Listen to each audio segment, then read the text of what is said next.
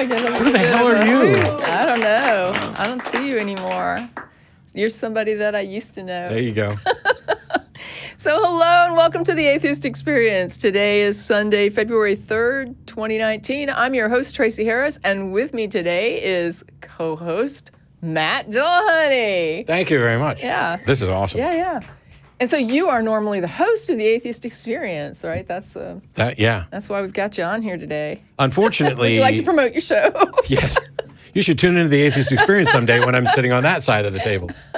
Phil Ferguson was supposed to be here. That's right. And unfortunately, Phil lives in Chicago where it's like, 40 below and completely encased in ice as if they're trying to recreate a live version of Frozen or something. Yeah, I'm laughing, but it's not funny. Like, people have died. Yeah. And Phil couldn't get a flight out and couldn't find a suitable flight that was going to allow him to do the weekend. So we've postponed. Phil will be on some other time in the future. And when Phil messaged me and said, hey, I'm not going to be able to make it, I was like, oh, man, I'm really sorry to hear that. And then I messaged Mark and said, can I do the show with Tracie? Because we don't ever get to do the show anymore. Well, and in the meantime, I was pinging all the co-hosts, right? Yeah. And I was like going down the list because I was like, well, I'll save Matt till last because he has to host all the time. I'm sure he'd like a week off, right? So, No. Yeah, and then they were like, no. I'd do this twice a week if I could. Volunteering. Okay, so here we go. And let's see, we've got the Atheist Experience is a production of the Atheist Community of Austin, which is a Texas nonprofit educational organization dedicated to promoting separation of church and state and positive atheist culture. We have dinner every night after the show, and so you can come down to the Free Thought Library on Canning Lane to sit with us and have some food. It's also the studio location where people can come and watch the show live.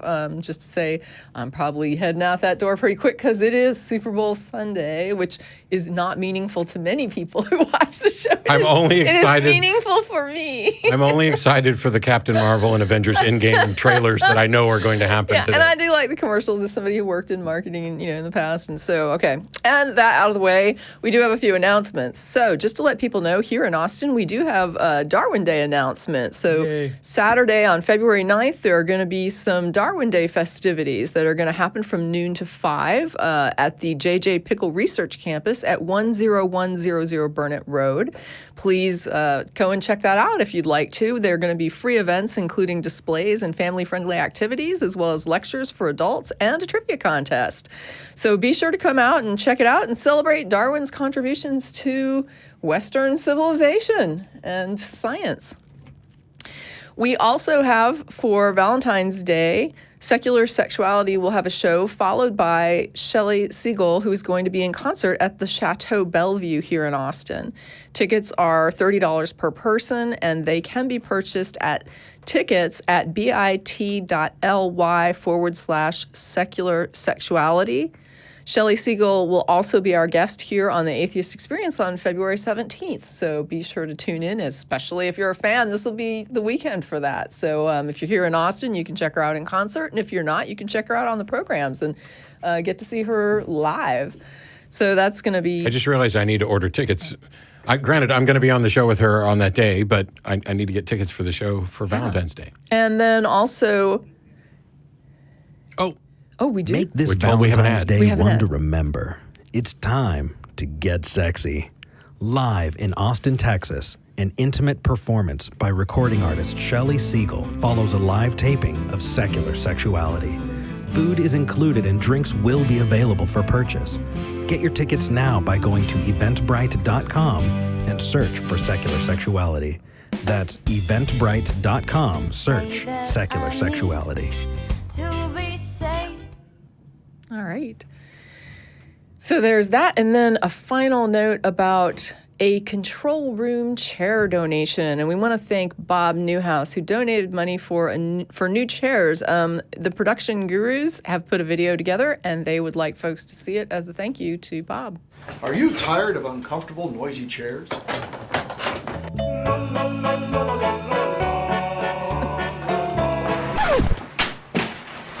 This, ladies and gentlemen, is a fine box. That's come a very long way to get here.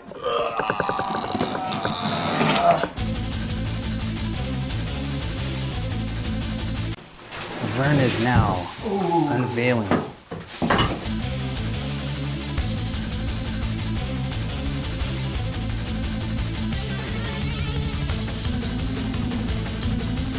trouble. All right. Now we need the tools from the toolage box, because we need a hex wrench.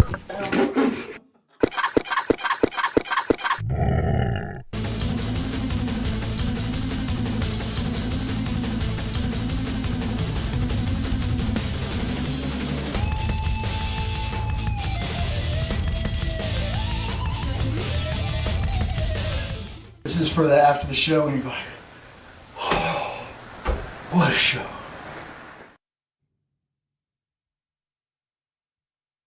All right. So, yeah, thanks again. New chairs. Which is cool. It's nice because these guys actually have to sit quite a lot through all of these programs that, Especially that they're working on. when both shows decide to do like 2.5, 3 hour shows. Yeah, I mean, and I that's a good point to let people know that when we do the overtime, when we go into like late callers and go post show, we are asking a lot. These are guys in the production side, and they're sitting there and they're kind of working hard while we're just chatting away. So it's important to realize like the extra work we're asking people to do. By the way, if you're a terrible procrastinator like I am, constantly putting things off, when we get around to that secular sexuality show with the Shelley Siegel concert, and you're like, oh, crap, I forgot to order tickets, you should remember that I literally ordered my ticket just now while that Thank You to Bob was playing. So you are without excuse. It's that easy. Don't let Matt make you look bad. Yes. Okay. So let's go ahead. We got quite the call lineup here. So we're going to start with Sid in the UK. You're on with Tracie and Matt, and you are calling to discuss the moral implications of the Euthyphro dilemma. Correct? Sid? Oh, hello? Hey, there you are. Oh, yeah, sorry, I had my phone muted. I didn't realize. I'm sorry. We've all done that. That's a polite thing. Yeah, you're fine. Yeah, okay. I feel like moral implications was poor wording. I basically wanted to ask, and I'm glad Matt was on the show because you know how you've heard like theists say that the Euthyphro dilemma is a false dilemma. Yes. You heard that, right? Yes. Well, I recently noticed that I have a bit of a problem, even though I've been kind of a follower. I have a problem of William Lane Craig talking about divine command theory, because he says the Euthyphro dilemma is a false dilemma, but then he talks about divine command theory, and I couldn't help but thinking that is one of the prongs of the Euthyphro dilemma. Yeah. The one that says that something is good once God commands it. Is that right? Yeah, pretty much. I would agree, by the way, that technically speaking, the Euthyphro dilemma could be viewed as a false dichotomy or a false dilemma, merely because the wording of the two prongs are such that it's not a direct negation of the other. I'm unaware of any additional option. And I think when you get to the core of what the Euthyphro dilemma is saying, I don't think there is actually a false dilemma there. I think it's a language thing. Okay. And I would agree with you that when Craig talks about divine command theory, that is functionally identical to something is moral because God says so. Yeah, because I remember him talking about, I think it was the massacre of the Canaanites. Is that right? They deserved it. In the absence of a divine command, that would have been bad. But once God commanded it, it became good. Good. And I'm thinking that how can you believe that and then say the Euthyphro dilemma is false? It just seems like I can't get any believers to even talk about the Euthyphro dilemma. They always shrug it off and say, this has been answered so many times, so let's not talk about it. So I figured I'd just bite the bullet and ask you guys, because you're the only ones who seem to address it. So, well, now you're listed on here as a theist. Are you a theist of some kind that doesn't ascribe to this? Well, I am kind of a believer who is kind of struggling with it. That's the problem. I feel like I'm almost embarrassed to admit to this at my age, but I'm sort of one of those people who still believes, but I'm kind of afraid to challenge. Well, you know what? I'm just gonna I'm gonna make your case for you here, because a lot of times you can have reasonable information in front of you and kind of see where it reasonably leads and still not shake a feeling. right? And sometimes belief is based on a feeling, or something more gut level or visceral. Yeah. And it doesn't mean that that's just going to evaporate because you see that something's not reasonable about it. Just like a phobia. You can be afraid of something and understand that you suffer from a phobia that it's not reasonable. It doesn't make your fear just disappear. Yeah, the key is to recognize that the reason you're still in belief, or the reason that you have this phobia, is some sort of irrational or potentially irrational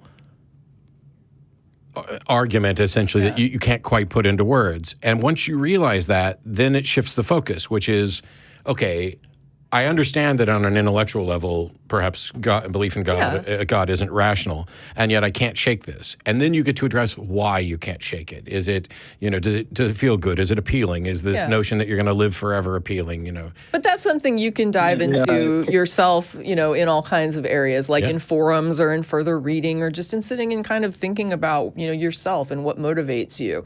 But it's still okay to say, I have these questions in the meantime, and there's these things that I'm seeing, and I want to talk to other people. Clearly, you've given, a noted theist an opportunity to respond to it in his own words, and you're basically saying, I've listened to what he has to say, and it's not satisfying to you.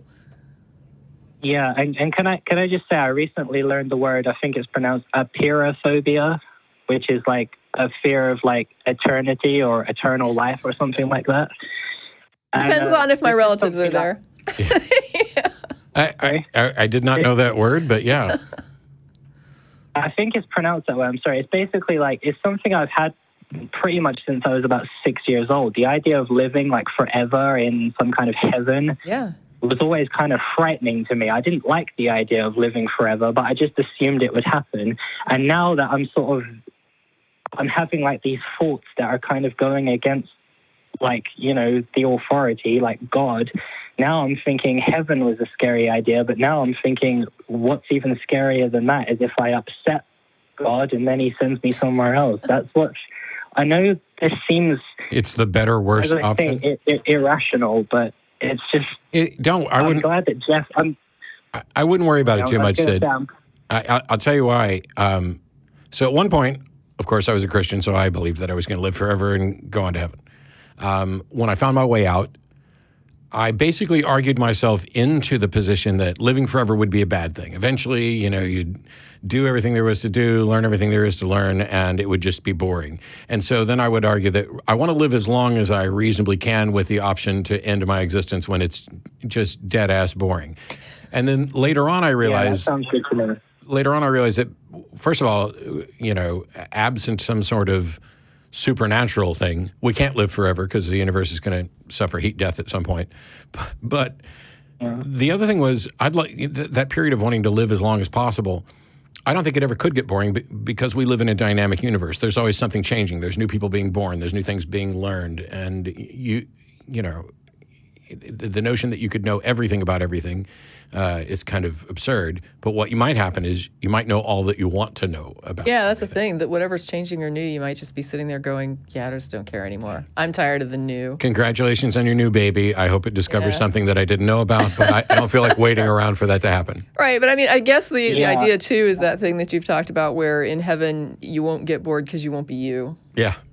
Somehow it will be exciting. You'll wake up every day not remembering that is your 100 millionth day. We were having a conversation about this. We have a guest in from the UK whose mother, unfortunately, is suffering from Alzheimer's, and I'm working on some videos about why are there psychopaths? How does psychopathy fit into any God model?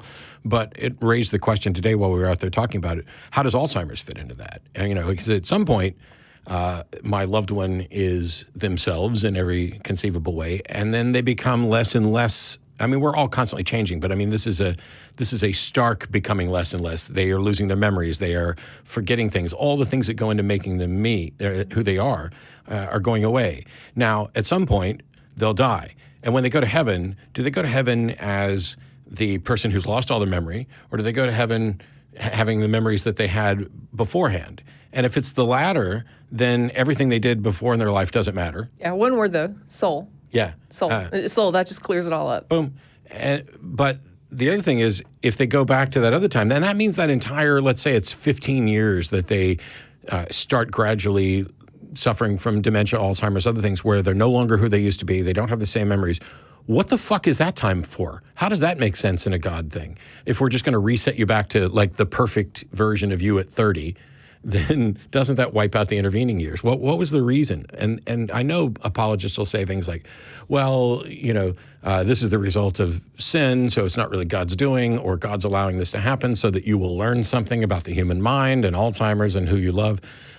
It's just an absurd way to avoid the obvious, which is that this is a feature, not a bug. Yeah, that's exactly what.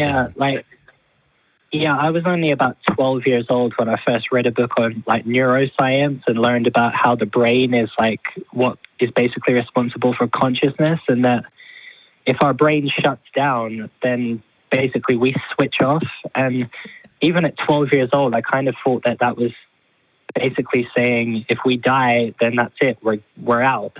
Do you? I'm not. Do you remember your dreams? Like when you wake up, do you remember your dreams? Only sometimes. And what's even strange is sometimes I wake up and remember them, and then an hour later I don't remember them. Oh, I think everyone's the same. If you remembered all your dreams, your brain would just explode. Like if you couldn't forget them, it would be But wild. I very, very rarely remember. Like when I wake up, most of my life, not every night, but most of my life, if I go to sleep and I wake up, I have no way of knowing that I existed prior to that. The me of yesterday is the me of today. That I wasn't replaced by a doppelganger or a clone. That I wasn't dead in the intervening time. It's probably why Shakespeare wrote that line about sleep, those little slices of death, how I loathe thee. Well, moment to moment, it's like you still have that whole, thought experiment of how do you know that all your memories aren't just like 1 second ago? So, but there's an illusion. Yeah, from the time I go to sleep till I wake up, if I don't remember anything about that and I have no experience of that, there's no illusion. It's just this is a missing block of time. Okay, but other people see. I'm not really. I put a camera in my bedroom. Afraid of live stream. Make sure you're still there. I'm sorry. Go ahead, Sid. No, I was going to say, I'm not really afraid of oblivion, like nothing after death. So when I found that out, that may be true, I wasn't troubled.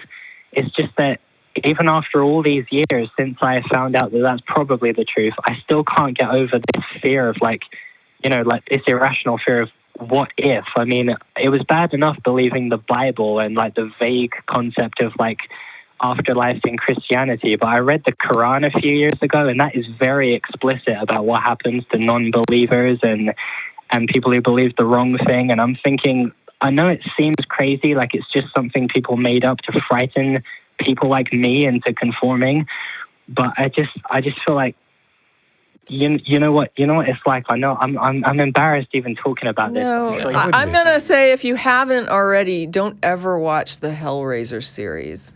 Just my 2 cents. Oh, I have, yeah. Oh, I'm sorry. I would say go do a quick Google search for the Apocalypse of Peter, which should be in the Bible but isn't because people found it distasteful.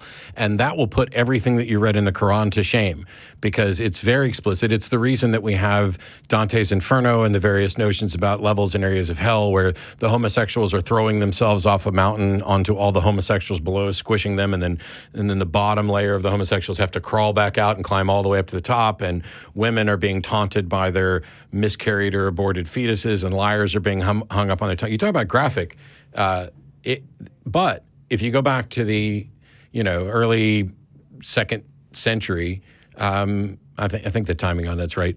The Apocalypse of Peter, along with the Shepherd of Hermas and other things, were considered to be scripture. They just weren't canonized.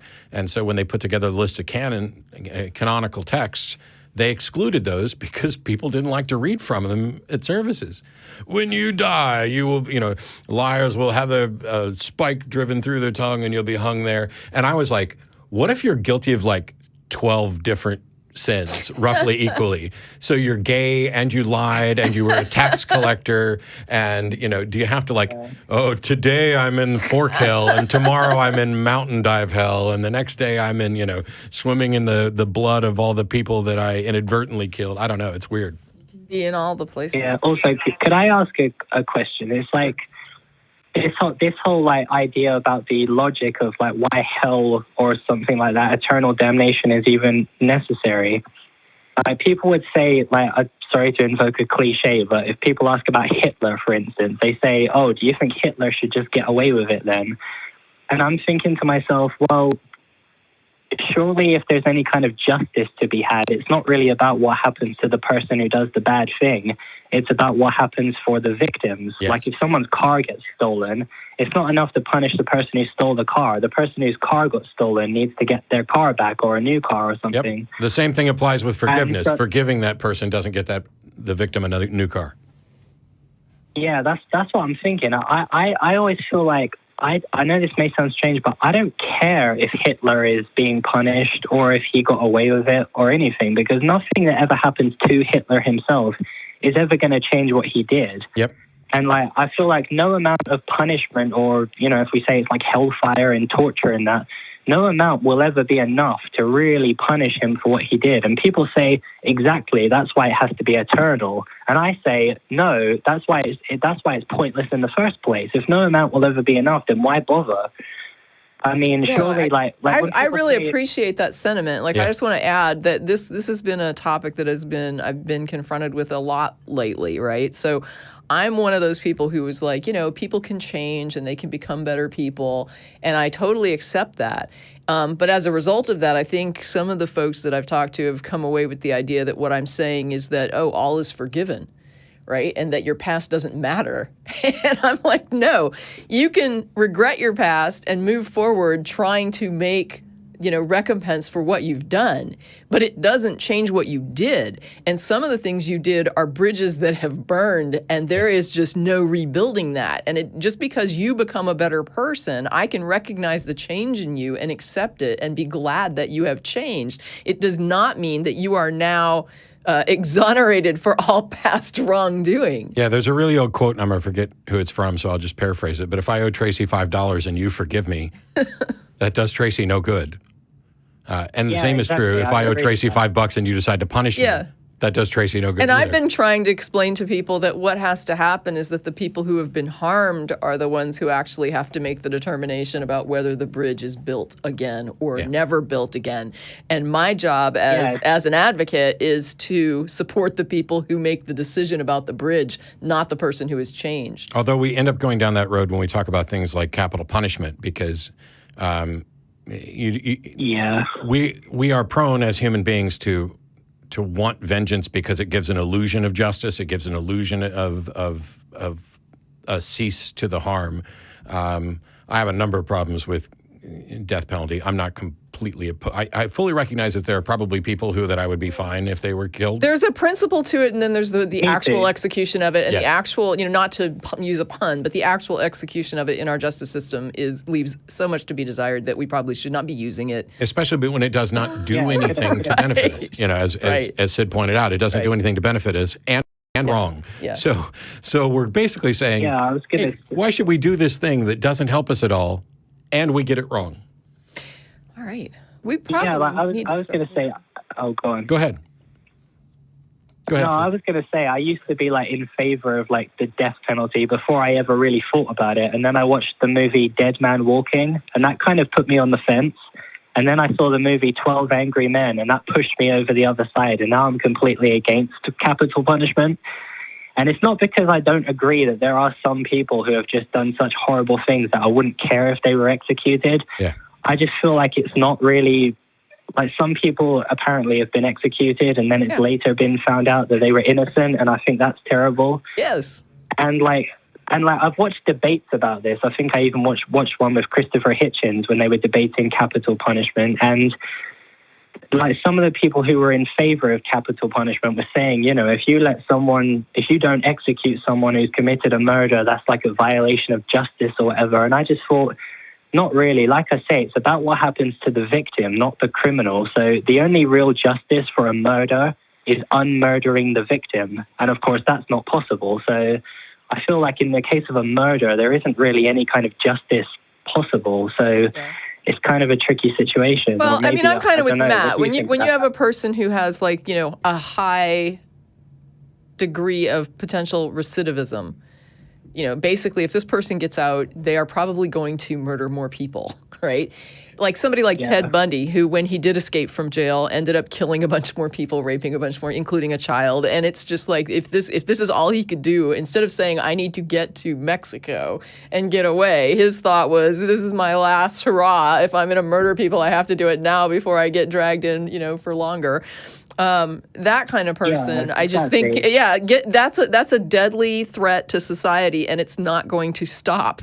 And, it's not like somebody that's going to change, or, one day maybe we'll find a way to fix that, but we can't fix that right now. But the point is, since we don't apply the death penalty just to, solidly convicted, high recidivist, psychopath I did it, damn it, and I'm proud of it. Yeah, and I'll do it again the moment I'm out of here, right? I'm not going to say that doesn't happen, that we don't apply it to this, but we apply it to so many other people who are not in that situation and for whom it is so questionable that it's kind of a moot point to me to argue about whether or not we should have it, because it's like, while we have our justice system how it is, no, we shouldn't have it. So I'm not going to, we can argue with you if you want about the principle of it, but it's kind of pointless because I'm already on the side of, we don't apply it fairly and justly. So, and I know we kind of diverted from your we kind of diverted a little bit from your point, Sid, but on the subject of movies that tie into the death penalty, while I realize that Kevin Spacey has done terrible things, it doesn't change the fact that he also made some good films. And there's a movie that you should consider watching called The Life of David Gale, which is kind of eye-opening on that. But. So our short answer is that yes, the divine command theory ties into Euthyphro. Yeah. Thank you for your Euthyphro question, the existential angst regarding an afterlife, and the death penalty. How else can we not help? Well, no, you kind of have in a way, because you're the only people who I could get to address. I started out with the Euthyphro dilemma. Everyone just, shrugs their shoulders and has a big huff and said, oh, this has been answered time and time again. Why are we bothering? And so no one seems to want to talk about this anymore, except for, atheists who agree that there's a problem here. So I figured I may as well just ask you guys. It hasn't been answered. It's been, it's just been skirted. Well, right? it's the difference between having a fixed set of answers that are supposedly handed down from on high thousands of years ago and are unchanging, and people who are willing to consider new information, new evidence, and try to grow based on what we've learned in the intervening years. That's the difference. Yeah, I did read one possible answer to it that said the divine command theory is not really, it doesn't make things good or bad. It's about what's right and what's wrong. So how's in that the different? absence of a divine command. Yeah, exactly. That's what I was thinking. Basically, it seems to suggest that something was bad, but once God commanded it, it didn't become good, it became the right thing to do. Oh, so the right thing to do is to be bad. God basically said it's the right thing to do is be bad. Yeah. Yeah, the right thing to do is the bad thing, and the good thing is wrong. And I'm thinking, no, that doesn't seem to work either. So basically, I keep thinking, every time I think about this, I keep thinking it's a load of crap, but I just wanted to ask as many other people as I could just to make sure, to see if I'm right about this or if there's something that I'm missing. And yeah, I not only agree, I've talked about this before, and one of the things when we're talking about, morality and everything, we get into divine command theory, there is not a single objection to secular morality that is in any way solved by appealing to a religion. And the number of people who would say, oh, Matt, you're a situational, ethicist, so you think that all the factors of the situation go into determining whether or not an action is good or bad. And my answer is yes, that's correct. And by the way, so are you the second you say, when God says it, that makes it right. Because now the situation is God gave that instruction. You're considering a situation the same way I am. It's just that I'm not aware of God saying anything, or that if God said something, it makes it right. Yeah, and I'm the same. When I think about when people apologists say that God is goodness itself, He is the good, the paradigm of good, or whatever they say. That's obviously false. And I'm thinking, what does it mean in this context? What does good mean? And I know that sounds like a silly question, but you'll realize the validity of the question when they struggle to answer. Sorry to go back to William Lane Craig, but he says God is generous and kind and loving, and then I think, well, does that mean that those things are good and that God is good because he has those attributes. Right. That And means does it mean that those if are I'm good. more generous, more kind, and more loving than God, am I then better than God? Yeah, I'm just saying, like, does that mean that God is not the source of good? Those Right, things are, and yeah, God is only good yeah. because he is. Yep. But then they say, oh, no, those things are only good because God is those things. So we're back to God as the nucleus of good. Yeah. So what does good mean? And it just seems to be a word. Like, the word good doesn't seem to really mean anything if you put the word objective in front of it, because it's like a subjective term, relatively applied, a relative term subjectively applied. Yes. Sure. Or worse, Yeah. arbitrarily applied. But yeah. Arbitrary. Yeah, I know. Anyway. It's like this. Yeah. I think maybe I've taken up enough of your time. Thank you for your Well, episode. we'll thank move you, on, Sid. but there's one thing. Don't beat yourself up too much about doubts and anxiety and everything else, because from this conversation, seems like you're relatively level-headed and struggling with the same things that most people I know do, yeah. would struggle with. So Yeah, just and could I keep just enjoying ask your one life. more thing? I was going to ask one more thing. Is Jeff ever on your show still? Jeff D. Yeah, not anymore. He has time issues. Like, he's got stuff to do. he's not. Yeah, There's no problem with Jeff being on or off the show. Yeah. He just made a decision that he had other things that he had to spend time with in his life. So Yeah.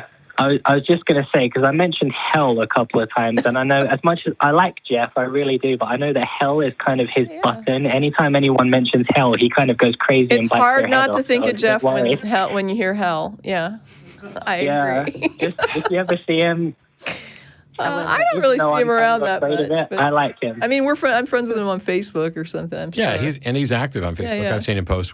I haven't seen him in quite a while, but yeah, there's no issue with Jeff. He's just welcome to working come on back. other He's just busy. projects. Yeah. Same with Ashley and a number of other people. Oh, yeah. And Martin. Yeah. Oh yeah, I know Ashley from like about 15 years ago, wasn't it? Yeah. Yep. All right.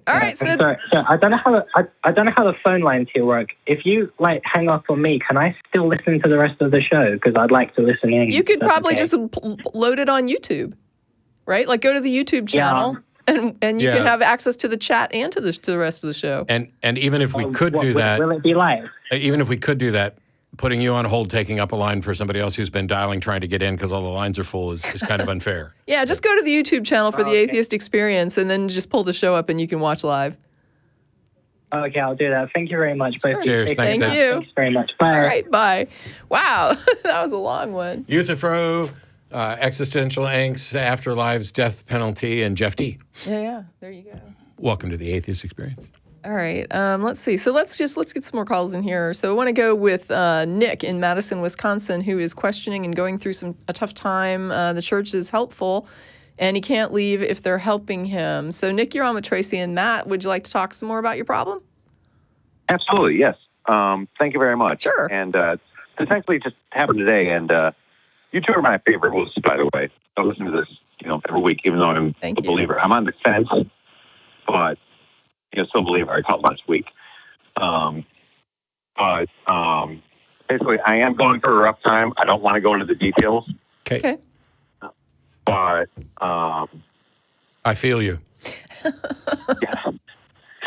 Basically, I called. I haven't been in church for about 7 or 8 weeks, and I called my pastor last night, and I said, "Pastor, I'll be at service tomorrow. I really need to talk to you afterwards. I need to talk to someone. I don't want to talk to friends. I don't want to talk to family. I need someone to talk to." He's like, "Absolutely. Yeah, sure. I'll wait for you." So I went there, and then I hadn't been there, like I said, for 7 or 8 weeks, and everyone there, it's not a big church. It's a evangelical, type thing, with the bands and, singing. And, but everyone's like, "Welcome back. Thank you. Thanks for coming." And I talked to the pastor about my problem, and it was a long talk. It was like 45 minutes. And honestly, he really helped me. He really Good. did, just talking to him. Well, that's good. And the way I see it is like, look, maybe everything about this God thing is wrong. I believe that Alcoholics Anonymous is wrong. I mean, I think that it's not sound science. It's made up by two guys, but it helps some people. Yeah, the question is... Going to church today honestly helped me. Sure. The question, though, Nick, is there something else that would have helped you even more or in a better way? Is there anything about the religion in particular that makes it helpful in ways that other things can't be? Because a pastor's job is not just to stand up and preach every Sunday, and it depends on, in Church of Christ, they're called preachers, not pastors, and, so it depends on what you do. But to serve as counsel to people within that congregation, the problem is the type of training that they get to do that counseling is quite often not sound, not based on science, and is all focused on the spiritual aspect of an individual and the particular religion or denomination that you're part of. For me, I'd much rather talking to a preacher about my issues is, to me, functionally identical to talking to a friend. I don't necessarily know that the advice I'm going to get is good. I don't know how much it'll help. We talked about in the military, there are chaplains, and they serve to do counseling. I don't think there should be chaplains as paid religious representatives within the military. I think there should be scientific and secular counselors there who have the best information about how to help people get through things. So, yeah, it's not surprising to me that talking to someone, anyone, preacher or not, helped.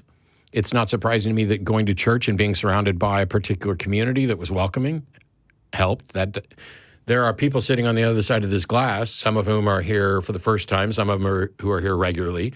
We've built a community here. There are people who come here because this is where, when they're having problems, there's somebody they can talk to, somebody who can relate, somebody they can interact with. All of that is beneficial. So none of it gets to the truth of the religion, but it definitely brings up this issue of, I'm always glad, like somebody tells me they went to Alcoholics Anonymous and they've stayed sober. I'm glad they are sober. I'm not convinced that Alcoholics Anonymous is doing anything other than replacing one addiction with another. I don't know that it's fundamentally helping them change as a person, or if it can, I mean, that's still up for it. But yeah, it's wholly unsurprising that help of some kind helped. Well, I mean, I think it just speaks to a need for resources, right? Like, it would be great if we had community counselors. Like, I had a gentleman on that I talked to on this show a while back, Rob Poole, who also, I talked to him and did an interview on Godless Bitches like a few months back because he was here in Austin, which was like a rare thing. And he is a preeminent psychiatrist who has done a lot of work in underserved communities. Like, he has devoted himself to underserved communities for decades of his career. Now he's, kind of at the end toward of his career. He's an older gentleman. But he'd probably want to smack me for saying that. He'd be like, what? Smack. But no, but the point is, he also works with religious leaders in those communities, because a lot of the patients that come in have religious beliefs and religious views and require religious support in addition to what he provides them as a psychiatrist. And so he always has like a network of community religious leaders that he can reach out to for patients that he feels would benefit from that kind of additional support due to their own subjective beliefs. Especially if the issue is tied up in religion. Yeah, it's important to note that you're going to find psychiatrists that are going to give bad advice and preachers that are going to give good advice. My only point was that I think you're more likely to get good, sound advice from experts. I guess my point, though, is just that he's a resource, right? So he's a resource people can go to get help. He's happy to, give them other resources or consider other resources that can help them in different ways. He helps them as a psychiatrist, but sometimes he might prescribe something or work with a person and he can't help them.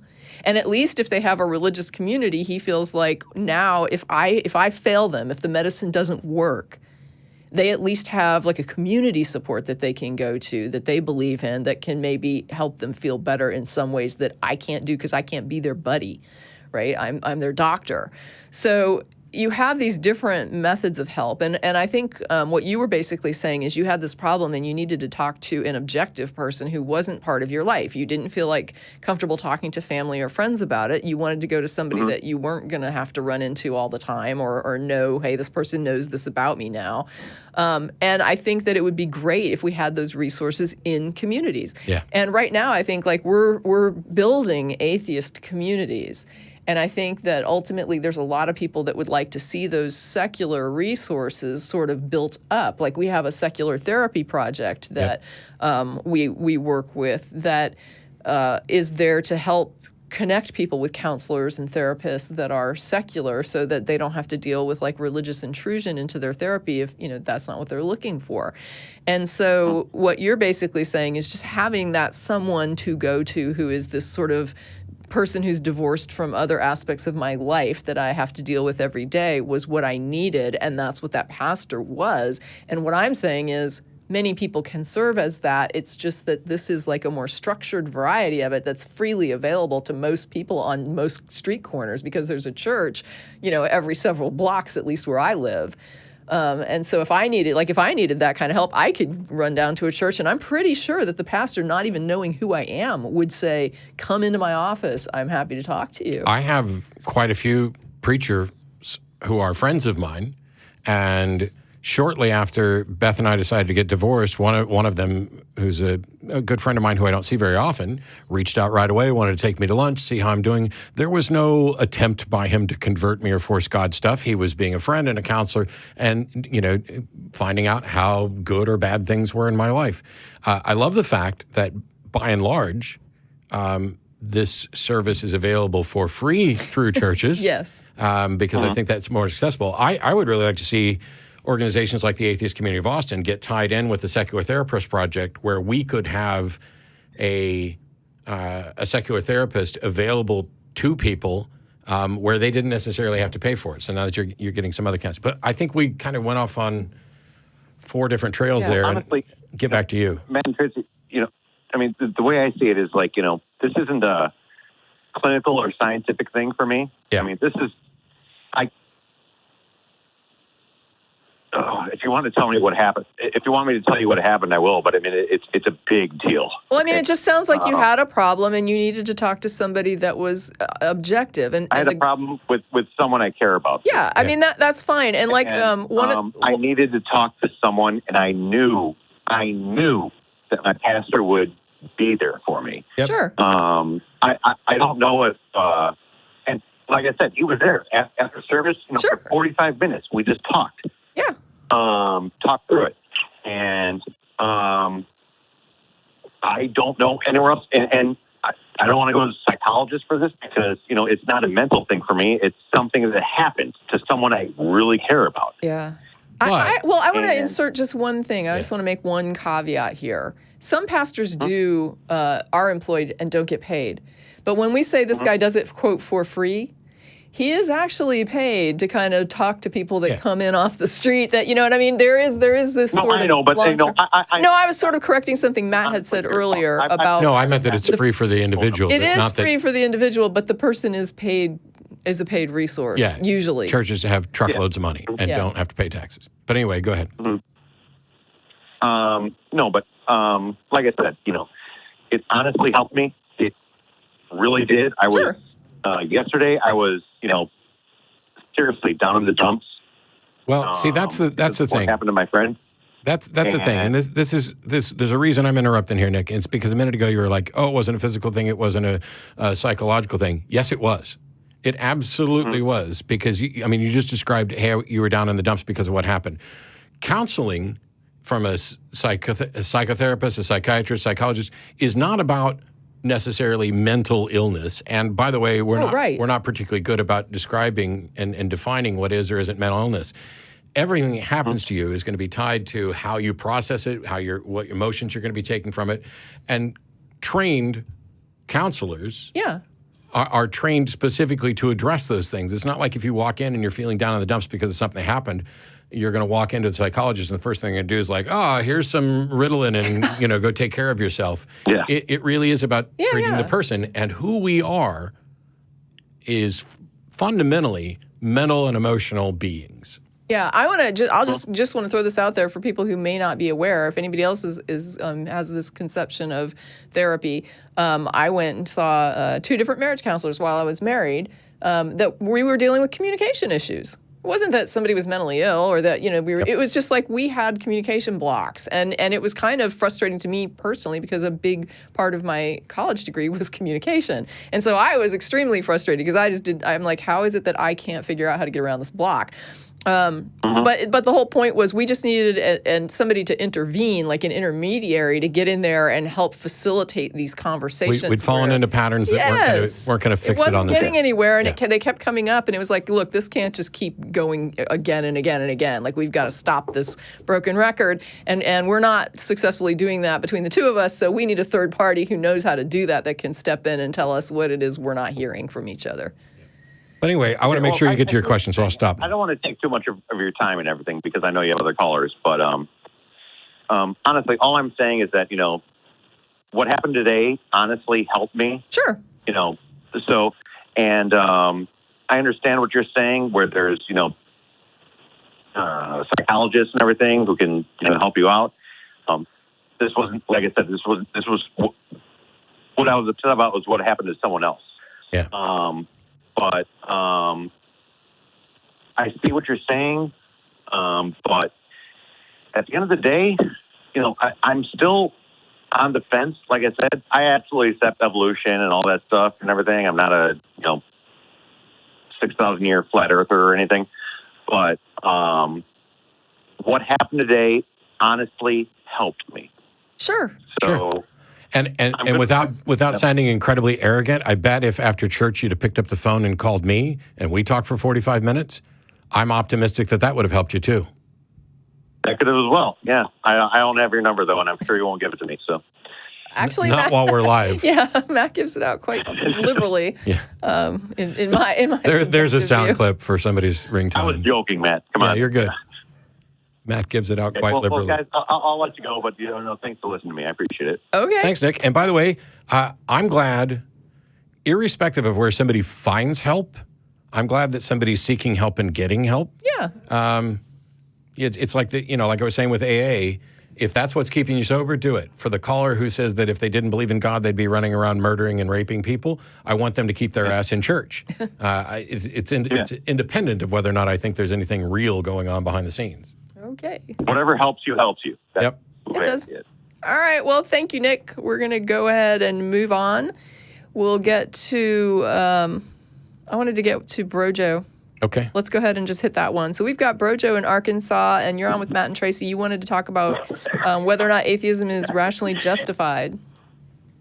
Hey, Tracie and Matt. Tracie, I believe we spoke. Yeah, I think so too. The name looked familiar. So what's on your mind? Yep.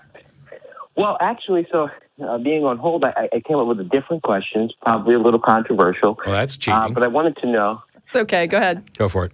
Well, it's on the same line. I was just wondering because I heard you guys had something to do with homosexuality, and I was thinking, how is homosexuality rationally justified? I mean, what's the argument that says homosexuality is a moral behavior? Well, what's the argument that says it isn't?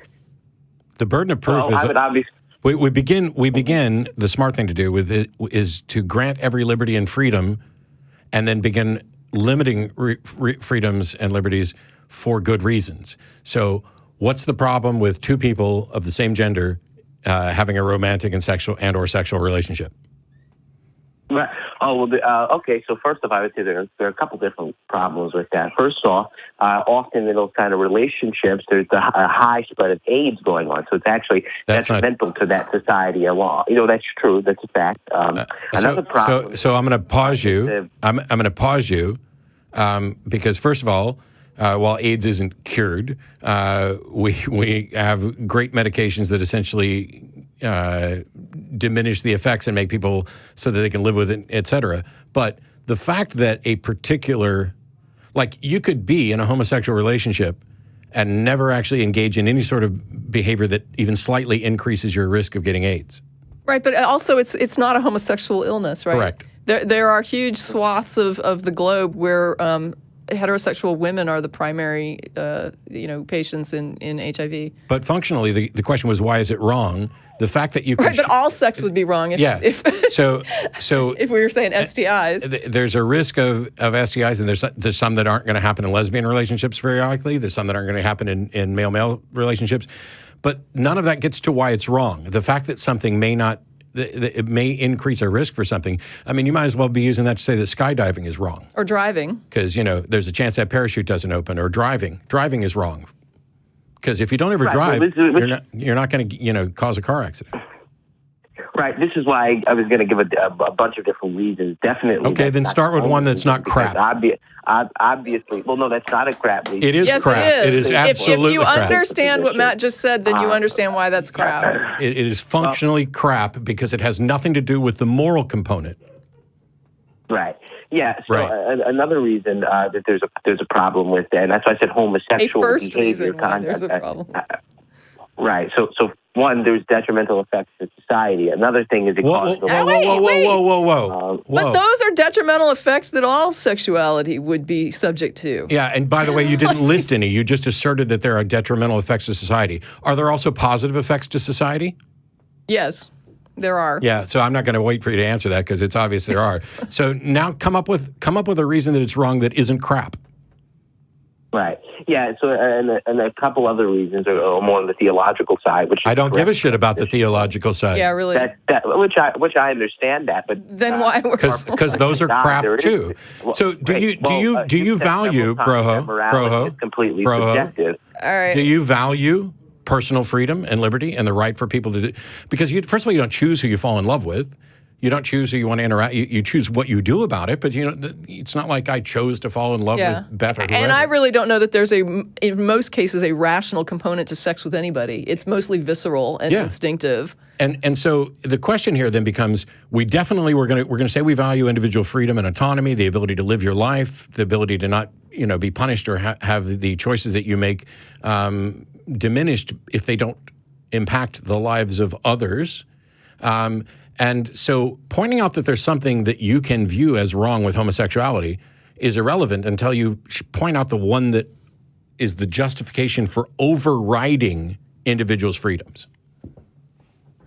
Right. Well, I don't think it's really a good argument to suggest just because you don't personally care about religion, therefore it doesn't matter. I mean, I care about it. I mean, does that assert that my no, wait a minute. Let me see if I might be able to help. Wait, really bad argument. Okay, wait. I might be able to help facilitate this. Here's the thing. Wait. Let me just try this. He just said it was a bad argument, and I'm responding to his bad argument. But I just want to make sure he understands. He doesn't. If the religious reason is a good reason, then you don't need to use religion because you'll be able to demonstrate it's a good reason even without the religion, right? So if the religion has a good reason for putting it forward, then you should be able to just point to the good reason, and you don't really need to go to religion for it. Well, I think so first off, there's a few problems with that. First off, it assumes that humans are capable of reason apart from the Christian God, that people aren't suppressed. It doesn't assume humans are capable of reason. Humans are in fact capable of reason. Most of us. Okay.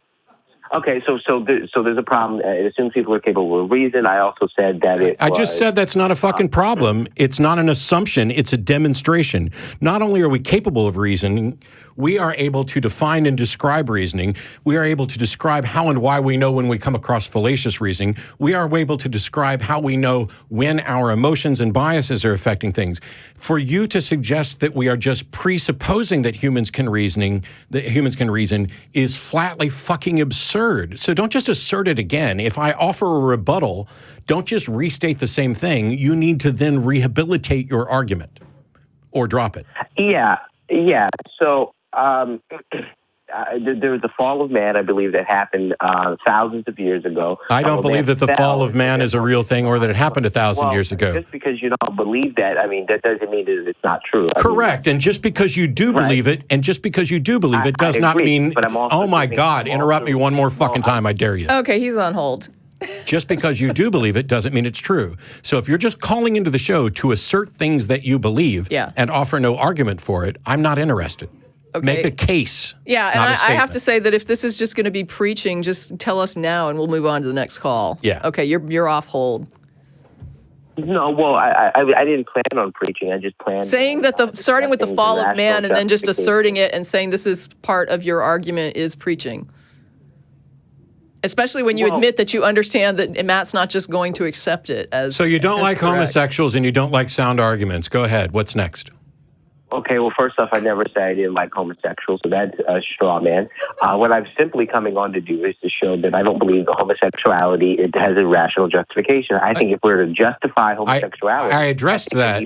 I addressed that. Pedophilia I addressed like that. What the fuck did you just say? That claims that it. What the fuck? He's on hold. Okay, now you're on hold, so even if you're still talking, other people will hear this. First of all, you're saying that homosexuality doesn't have a rational justification. And I addressed this point at the outset, that we don't need a rational justification to permit people to engage in activities. We need rational justifications to limit freedoms, not to have freedoms. Otherwise, we would have a list of here are the 5 things that everyone is allowed to do, and that's it. Well, instead, we have maximal freedom, and we begin limiting for good reasons as it impacts others. Most romantic relationships, though, do not have a rational justification. Usually, it's just because you like somebody, you fell in love with them, and then you proceed. Yeah, on that ground, that argument is also crap because, first of all, as Tracie pointed out, they don't necessarily have a rational justification. But the point I made earlier was that you need a rational justification to limit them or to say that something's wrong. But I would like for you to tell me how the fuck you started with, I didn't ever say I didn't like homosexuals and had a bad string of arguments and then uttered the word pedophilia. Go. Okay, you're off hold. Well, I believe that if one rationally justifies the act of homosexuality with some of the arguments like they're born this way or they didn't have a choice in the matter. It wouldn't matter if they did. Arguments can be applied to pedophilia. You don't have to justify No. You are completely fucking wrong.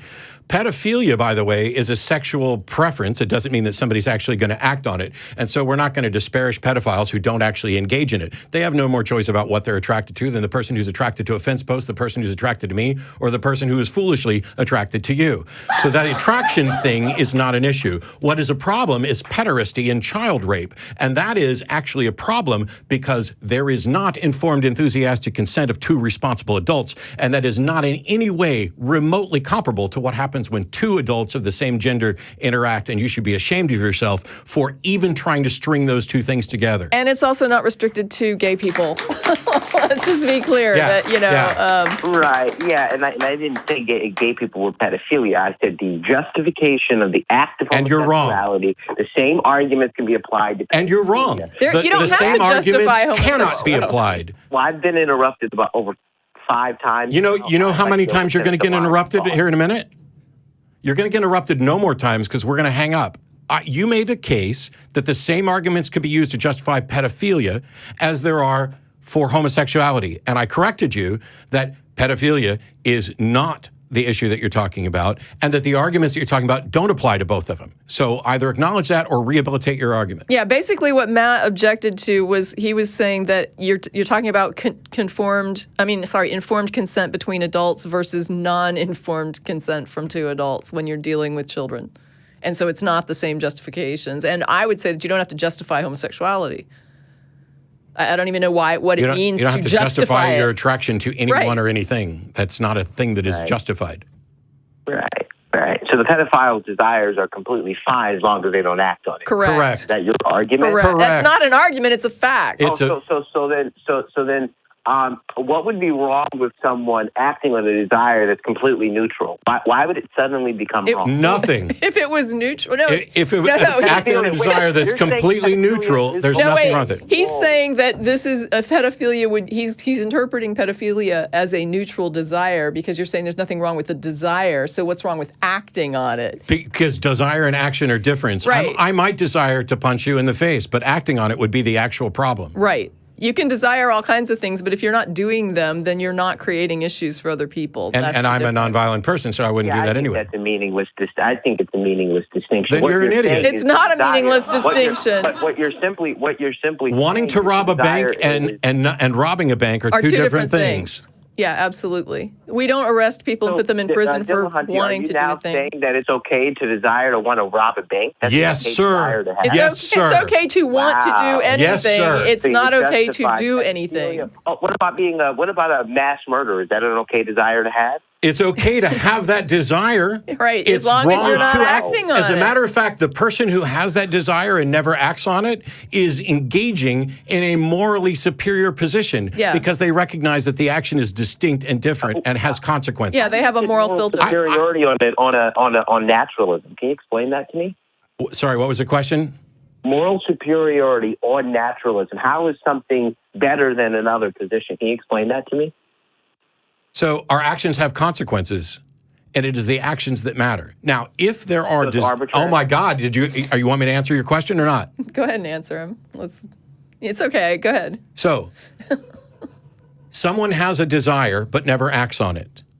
That is morally superior to the person who has a desire to do something harmful and then acts on it. Because it's the actions that have consequences for ourselves and for others. My desire, what goes on in my head, first of all, is nobody's business. Nobody can know unless I state it. Nobody can make an assessment of me.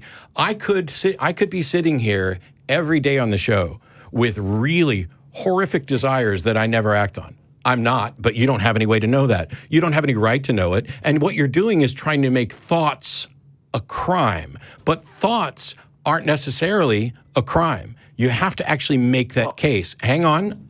Well, I'm not talking about the legal content of the thoughts. What I'm simply saying is the fact that you yourself delineate between moral superiority and you say one thought is better than another, you're simply saying is there's something wrong with this thought, but they're not acting on it, so we're okay with that. He didn't say there's something wrong. The only thing that's wrong with the thought that we can establish right away is that if one were to act on it, that would be detrimental. That would be against well-being. But people don't choose their thoughts. You don't have any control over whether or not you believe something or are attracted to someone or anybody else. You can, in fact, influence it, and other people can influence it as well. But what you're trying to do is make, along the lines of theology, make thoughts a crime. Make thoughts a sin, make thoughts immoral. And what I'm saying is that it is the actions and the consequences of those actions that determine morality. And that is entirely rooted in naturalism. We are physical beings in a physical universe. The physical laws of the universe dictate what the consequences of our actions are. Otherwise, if I stabbed you in the neck with a hatchet and we were in a universe that could have willy-nilly things, maybe that would actually be a wonderful, pleasant experience for you that would make you immune to cancer and live forever in a universe that doesn't have these naturalistic laws. But we live in the universe that does, and so that's what we use to assess the consequences of our action. The superiority of secular morality is that it has the entirety. The goal is entirely about getting better at getting better and understanding and building on that understanding. Religious moral systems have pronouncements about what is, and that's why you're convinced that somebody who has an evil thought is somehow a bad person, even if they don't act on it, and you are wrong. So, Dillahunty, are you saying that societal consequences then determines whether or not something is correct or the right thing? No, the physical... So society doesn't act on it, then it's okay. No, that's not what he was trying to That's not even in the fucking ballpark of what I was talking about. Okay, so what was the point of bringing up, as much as we can see, there seem to be consequences to certain actions, because how does that affect the moral argument? So what's people react negatively to it? He's talking about real-world consequences, not artificially imposed social consequences. You compare the consequences of actions with respect to a goal, in this case, the goal being well-being. Oh, like, for example, homosexuality, engaging in the practice of spreading AIDS, which you said was Hang up totally on this piece fine. of shit, please. I have no objection to that. Thank you. For those who are saying Matt is running the show from the co-host chair, I'm happy to make that hang up. It's also why I said this please. This did not violate my consent in any way. It's why I said please, and if Tracie had wanted to continue it, I would have sat here and played chess on my phone or something. Yeah, I can't blame you for that one. So the thing is, let's say that I'm attracted to someone. You don't know what their gender is. What are you looking at me for? We've done this a lot. Yeah. I'm attracted to someone. What's wrong with that? And what his point was, or what he doesn't dislike homosexuals. He just thinks that they don't have a rational justification, and that they're all about spreading the AIDS. Yeah, they're all AIDS spreading machines in his head. You are a monumentally bigoted and closed-minded individual, and yeah, I feel stupider for having had a conversation with you. That argument shuts down all sexuality. Yeah. It's like, you're always at risk when you have sex. As if heteronormative relationships are the good ones. Well, Hey, I mean, you're divorced, I'm divorced. If we're using HIV as the metric, then lesbian relationships would be like the pinnacle. Ooh, yeah. No, I mean, they would. No, abstinence. Right. Abstinence would be asexuals. Right. Abstinence would be the pinnacle. That's true. Because that is a relationship that is based, and I have plenty of friends who are asexual. I've even dated someone who's asexual. Those relationships are based on other things about the human being than whether or not there's a penis getting off or a vagina getting off, which, by the way, those things don't get off. It's your brain that gets off. Your brain is what experiences an orgasm. Your brain is what attracts you to somebody else. And it's all in an asexual relationship, it's about actually valuing that other person as a person. And so if you want to go down that route, then asexual relationships must be the morally superior ones. I don't think that's the case. I think that there are good relationships and bad relationships in every one of the categories. And this guy just picked out something that he doesn't like but doesn't want to admit he doesn't like to go after. Yeah. There's just so much wrong. So it's like, and first of all, I take huge issue with the idea that romantic attachment is at all rational. Yes. I've been in relationships where we had a romantic connection, where we had an intimate connection, but the foundation of the relationship wasn't the romantic and intimate thing. That came afterwards. Yeah. It's like it does for most people. And I mean, even if you limit the category of people, let's say that it's like, well, I want somebody who wants to live where I want to live, and I want, because you're thinking, let's say that you have a rational justification for the partner that you would choose. You're still choosing from among those folks the ones that attract you most, right? Like you don't just go in and say, well, just let me, cover my eyes and just pick one. Isn't it convenient that your soulmate worked at the same company that you did in your town? Yeah, So anyway, we have other callers on, and let's get to some people that have been waiting the longest. Some of these people have been here from the beginning of the show. So let's check with Ronan in Vermont, who talked to a Christian about proof of God, and the person mentioned biblical prophecy. And so you're on with Matt and Tracie. What do you got? Hi, it's really awesome to be on and talking to you guys. Well, it's awesome to have you. Cool. Thank you. I was downtown getting coffee today, and as I left and started heading home, these three people on the street stopped me, and one of them was like, hey, do you have a minute to talk? I'm like, yeah, sure, whatever. It's like, I just want to first off ask if you're like believer or non-believer, whatever. And so I told them I'm an atheist. So we basically does like a Bible study, and he wants to prove that the Bible is true. And so we went to a coffee shop and talked about it. Mm-hmm. And so we brought up some really weird things. Like I was trying to get him away from being like super preaching the gospel, which I don't think you wanted to do, but it was kind of like definitely going there, and I don't need that. And he brought up some like stuff. He brought up a lot of stuff about like there are prophecies in the Bible that get fulfilled. Sure. And that's how I know, and that's why I believe. Sure, okay. It's kind of like... I often say that biblical prophecy is like the weakest of apologetics possible. Oh, yeah, no, that's what I was thinking. Because it was like, how do you get to this? And he's like, I believe in the Bible because the Bible is true, and the Bible says it's true. And I'm like, right, but how do you know that the Bible is true? Right, and he's saying because it makes these weird predictions, and only, I guess only a God would know or something. So here's the first problem. The first problem is, even if it did make weird predictions that happened that were like, incredibly impressive, you still wouldn't know how the mechanism worked until you could demonstrate that, right? So even if you were doing it, the idea that this is a message from a God has not been demonstrated through that. It's, clearly there's something going on, but what? But here's the problem. If that happens, when they lay a prophecy on you, the best thing to do, because there are so many different things that people call prophecy, so the best thing to do is to say, lay your best prophet, your most impressive prophecy on me. Let them lay their... If you laid a few on, I'm eager to talk about those. You don't even need to talk about them. Go to Google them, right? Like, go to Wikipedia and look up those Bible books. Google them and, like... Yeah.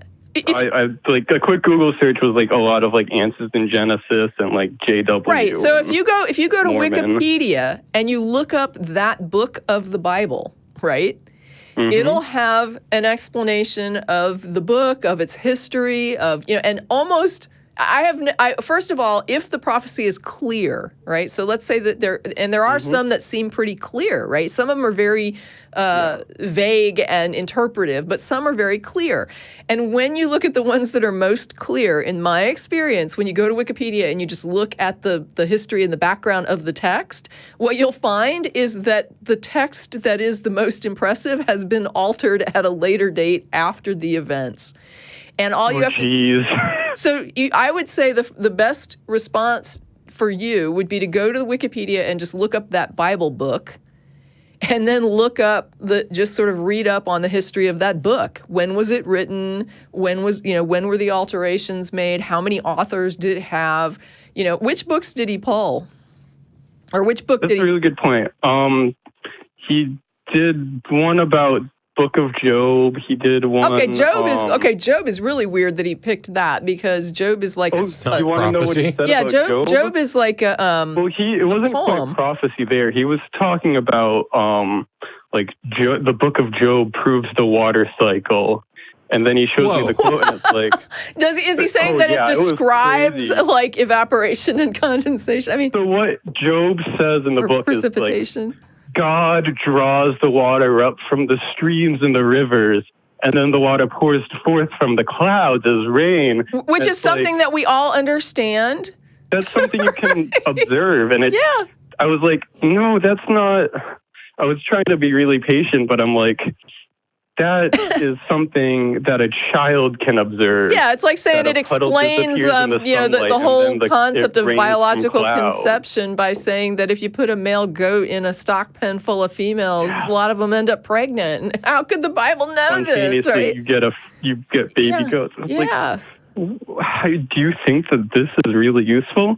He went into, I don't know what book it was from, but he mentioned that the Bible prophesized King Cyrus and the fall of Babylon. Yeah, let's find And I don't know anything about Babylon. Yeah, did he give you a book? But it was like, I don't know which book it was, but it was something. It was like, it mentioned Cyrus by name, therefore Bible true, therefore God. Sure, that's what he's going to try to say, but it doesn't get you to God. Yeah. It gets you, even if it were true, it gets you to a weird prophecy. But let's see, the fall of Babylon is written where? And now that you've made that point, the fact that it mentions Cyrus by name. Yeah. If Cyrus was a historical figure, that was probably inserted after the fact. If you can find the book, and which I'm trying to help you out with here right now, Book of Isaiah and the Book of Daniel both mention it. I'm going to say I'd probably go with Isaiah. Ezra too. Yeah. Was Ezra with Nebuchadnezzar, because he mentioned Nebuchadnezzar too. So getting back to the water cycle, because I just checked, the first scientific description of the water cycle was around 1500 CE, but there's an acknowledgement that Hebrew scholars had some understanding of the water cycle back when... Yeah, but a child has understanding of the water cycle. No, don't do that. A child now has an understanding of water cycle true. Because they're raised in a society that has that understanding. And so we inadvertently make inferences from what people around us appear to know and everything else, even before we're strictly thought. At some point, people did not understand the water cycle. And the observation that led to that was that the rivers flow down to the sea, and yet the sea never seems to get any more full. And so the natural conclusion is then that water must go somewhere. And because water also falls from clouds, then the natural inference is that, well, somehow or another the water gets up to the clouds. The thing that the Hebrew Bible and Job gets wrong is that there's no evidence that God maketh the drops to go up to the clouds. The evidence is that this is what happens, and we may not know why. Right. And then, of course, we learn about evaporation by having a kiddie pool in the backyard that we have to you can see evaporation even on, like, you spill a drink and it dries up. Yeah. Right. I mean, it went away. way. I mentioned that to him. I was like, well, it doesn't even say the sun in that verse. It says God. And if one person says God made the water dry up and another says that the sun made the water dry up, then who's right? Oh, the sun is God. But it doesn't matter. God made the sun, and it's the sun's job. It was God's intent to have a water cycle. That's the thing. When people think they find something amazing, scientific within a book, they're also cherry picking because, bats aren't birds, and, go through all the list of other things. You're not going to genetically change sheep by smacking them with reeds in order to create spotted sheep and other stuff like that. So they're throwing out all the things that got wrong and then looking at something got right. Nobody does this more often than Muslims with regard to the Quran, talking about things like, it describes a fetus as looking like chewed gum kind of thing. Yeah. And you know why that happened? Because people had miscarriages and because people lived on farms where animals were constantly getting pregnant and having miscarriages, or somebody cracked open an egg and it had a fetus in it of various types. This knowledge has been around, just not formulated and put together into a scientific theory where we're supported with a bunch of evidence. But it's only city folk who seem to think that nobody who was in a 8th century or BC farm could have possibly understood anything about a fetus. I mean, that's just bizarre. Oh, yeah, I'm sure. They didn't understand genetics. You understand if you birth animals for a living. Yeah. Yeah. Yeah, it's modern city folk who are like, wow, it's amazing these people understood that. No, it's shocking that you didn't. So what I'm getting is go to Wikipedia and find out when certain information or names were edited into it doesn't the Bible that we get. Let's go to any attempt for an actual piece of prophecy. I'm going to tell you something.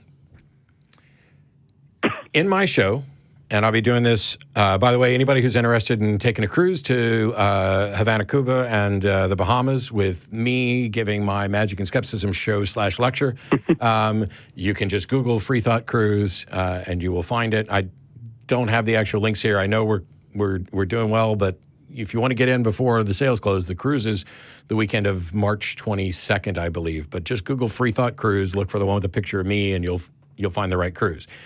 In the show, and hopefully the people who come to the show won't go, oh, I knew this was going to happen. I have a cardboard box out on a table before the show. And there's an instruction for people before the show to come up and write down their favorite book title or movie title or something like that and drop it in the box. The box is down there at the audience. Later on in the show, I'll bring Alex out on stage. A member of the audience will pick up the box, open the box themselves, pull out one of those pieces of paper, read what it says, and then Alex will read their mind and tell them what's on that piece of paper. Now, that's a fucking miracle. Because at no point do we go near the box. There's no opportunity for any sort of skullduggery or anything else. The box is there in the audience. Somebody opens it, looks inside, pulls out the slip, and she can read their mind. Now, are we going to get it right every time? I'm not going to tell you. But if we get it right, you have no explanation for it. And so when we read something that somebody wrote down, some unknown person, countless centuries ago, they wrote something down, and it appears that maybe with the correct interpretation, it can almost look like they were predicting the future. Even if we were convinced that they nailed it word for word exactly, we don't know how they were able to do that. Did they get lucky? Was it a magic trick? Was it something that was inevitably going to happen? Was it something that was likely going to happen? Is it prophecy when I order a steak medium rare and I get a medium rare steak? Is that guy fulfilling prophecy? Are there people actively working to make this thing happen? It prophesies the state of Israel. Yes, and there were people actively working to make that prophecy come true. I've talked about this before, where if I prophesied that in the future kids were going to be named Matt is Awesome or whatever it was I picked, somebody out there is going to do that. And don't, by the way, that's a terrible name for a kid. Are you sure? Maybe I'll name my dog that, and name your dog call it a stretch. That's perfect. I don't think the dog's going to get upset about what you call it as long as you rub its belly and let it try to stick its tongue in your mouth, which is what all dogs want to do. In order for prophecy to be useful at all, it needs to be specific, It needs to be answerable by only a single set of circumstances, not open to interpretation at all. And even if we, and there's several other criteria, even if we got through all of those, that doesn't tell us why we have a successfully fulfilled prophecy.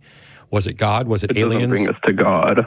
Yeah, was it God? Was it aliens? Was it a time machine? Was it a prediction? Yeah. I mean, like, for example, there's a Super Bowl tonight, right? And if I say, oh my God, the Patriots are just going to take this thing, and that is not, and I say the other team is going to win. Right. But I mean, one of us is going to be right, you know? Right. And so then you have to kind of look at it. Like, for example, Jesus predicting that the temple was going to be destroyed, you know, that wouldn't have been like particularly hard to foresee as things were getting worse between the Jews and Rome Rome had all the power, right? By the way, idea that this city is going to get trampled was, you know, something that somebody probably could have just said, this is a coming. Anybody who's impressed by prophecy should go watch Darren Brown's special, The System. Okay. Because it's a really good example of you don't have enough information to reach a conclusion, and yet, I'll describe it briefly. It picks a person out and starts giving them which dogs are going to win the race at the dog track.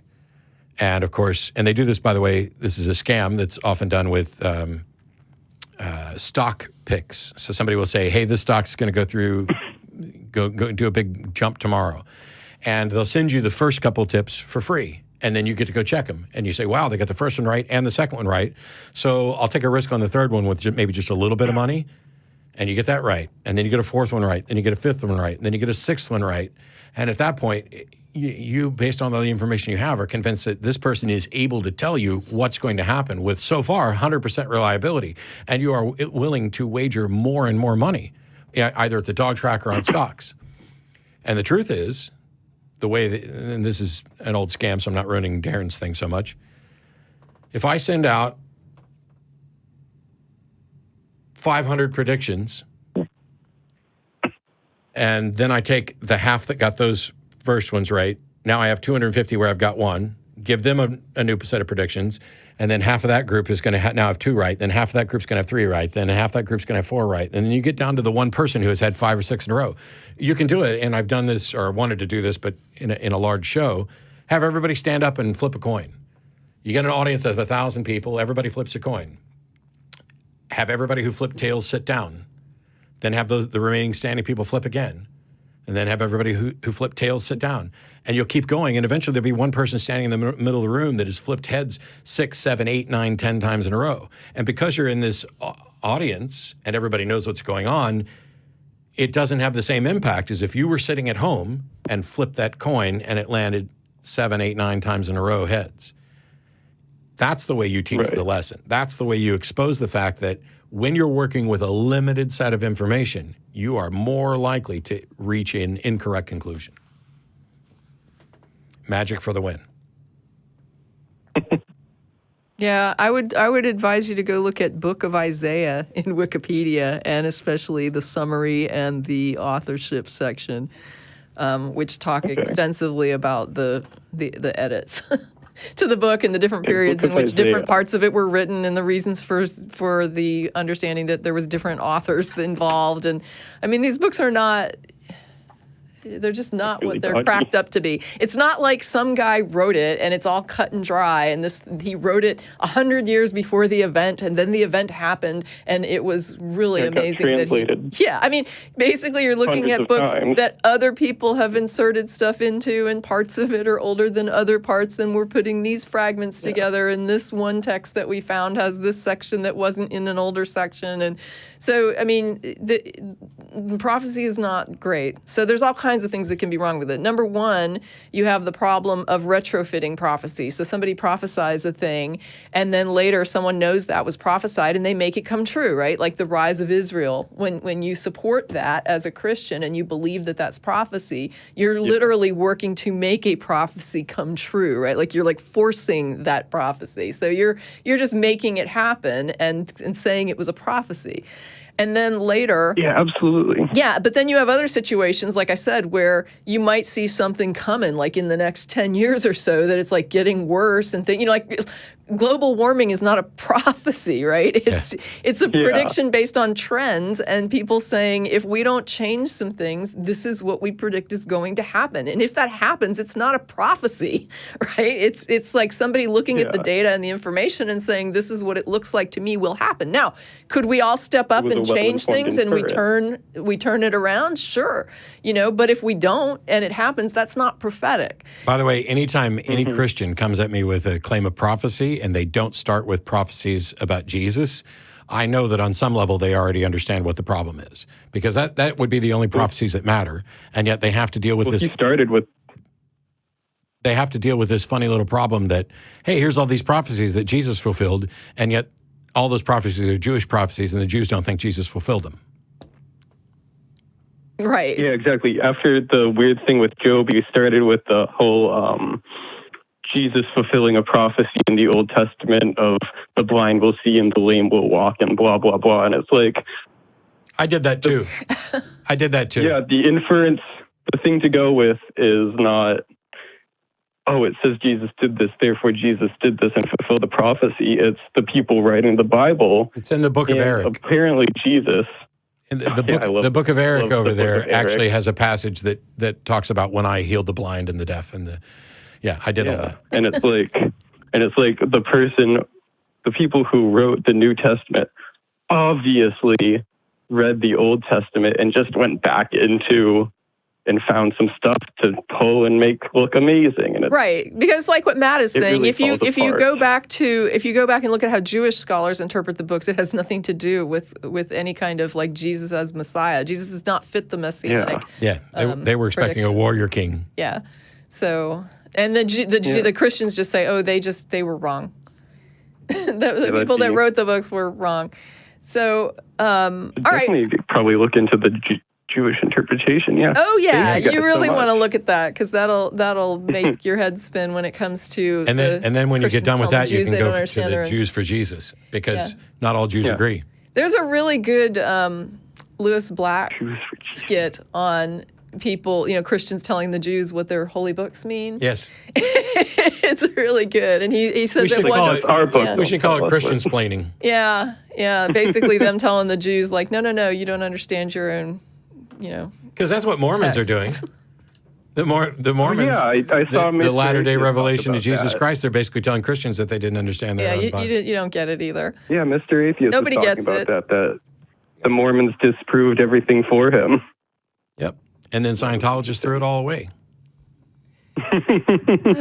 My goodness. All right, Ronan, we're going to let you go. We got some other people waiting. Yeah, thank you so much. Sure, thank you. Atheist callers. Those are my favorite, too. Okay, well, thanks. All right, so we've got another one that's been waiting since the beginning. So this is Jacob in Illinois. You're on with Matt and Tracie, and you wanted to ask about helping theists who are with religion because it's how they were raised? Well, it pretty much started out as people in my family in the fallacy of tradition and the fallacy of I was raised this way, I'm not going to change. It doesn't matter what you present. That closed-mindedness. Okay. Do they have any other views other than religion that they're that closed-minded about? Parenting, criminal justice, racism, I think pretty much everything. Work. At least they're consistent. Trump's the greatest. Everything. Yeah. It's very hard because I'm a liberal. I'm an atheist. I've been an atheist since high school, and that's a whole story on its own. But it's just trying to sit down and have a conversation, and the truth or relevant information in a conversation gets rejected as just being my opinion, when in fact is what I'm saying. In fact, what I'm saying is not just my opinion. It is relevant. And it is true. I just put out a video a couple days ago about people who rely on personal testimony instead of data, which might be worth watching addressing this. Tracie may have a different view on this. I'm afraid my answer to you is short, and that is I'm convinced that there are some people who are unlikely to change their mind ever. But until they tell me that and demonstrate that that is the case, I don't know how to tell the difference between somebody whose mind will be changed and somebody's mind who won't. So I'm going to talk to everybody. But as soon as they're at a point where they're shutting it down, nothing you say is going to convince me, we stop having those conversations. We might have other conversations about Other things? Yeah. You know, why you perhaps should change your mind. Have you ever been wrong about something that you thought you'd never change your mind about? I haven't run across anybody who would say, I've never found myself to be wrong about something that I was incredibly confident about. Yeah, there's been a lot of things. There's been lots of things where I thought I knew the answers, but I didn't. And it is scary to make that change, but there's a thing about being wrong. Once I know that I'm wrong, I'm going to no longer be wrong. And I just don't get how people just don't embrace that way of thinking. They want to remain ignorant. They want to remain because this is how they were raised. Because they're afraid of being in a position where they don't know the answer. Right now, they think they know the answer. And like you were saying, maybe that's the conversation to have. You know, maybe that's the conversation to say, like, wow, well, in my for my life, if I'm wrong about something but very convinced of it, and someone shows me that I'm wrong, then they've done me a big favor. Like, would you rather just not know if you're wrong, or are you just never wrong? Right? Like, you could have that conversation maybe. And people very close to me say, I don't want to know the truth. And it's like, okay, how do I have a conversation? Especially when they try to say that I need to believe the way they believe. Oh, I don't consider you an atheist. Like, so you want to tell me that I need to also not care if what I think is true? Like that's really their pitch? Wow. Yeah, that's what some of these people, you know, Oh, Jacob, I don't care if I believe a pack of lies, and you need to believe what I believe. Exactly. Wow. And a lot of it is you need to believe what I believe because I'm older than you or I've had more life experience than you. Yeah. Like, no, just because you're 40 I believe you should old. go fuck yourself. If somebody tells me I should believe something because they're older than me, I believe you should go fuck yourself. I would be the next question I would have is, what if I can show you someone older than you that believes what I believe? Oh. Yeah, and I'll bring that up. Now what? I'll bring that up with like, okay, criminal justice. They were saying, a family was saying, we should just put gallows and just start executing people right and left. And I said, well, the evidence suggests that's not correct. Well, it doesn't matter. It's always worked. It has not always worked. And they can't accept the fact. I guess it's always worked to kill people. Yeah. If somebody's dead, they can't steal no more.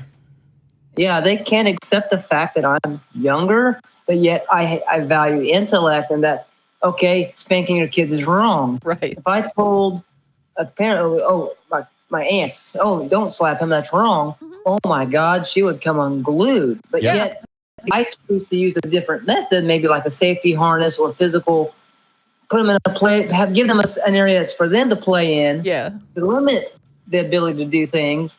I'm wrong because I'm not following her away. You know, it's. Gosh darn it, we've always beaten our kids and killed people, and we're not about to stop now because it works. Well, the Bible says, spare the rod, spoil the child, and we don't want to spoil the child. Kill everybody and beat the children, and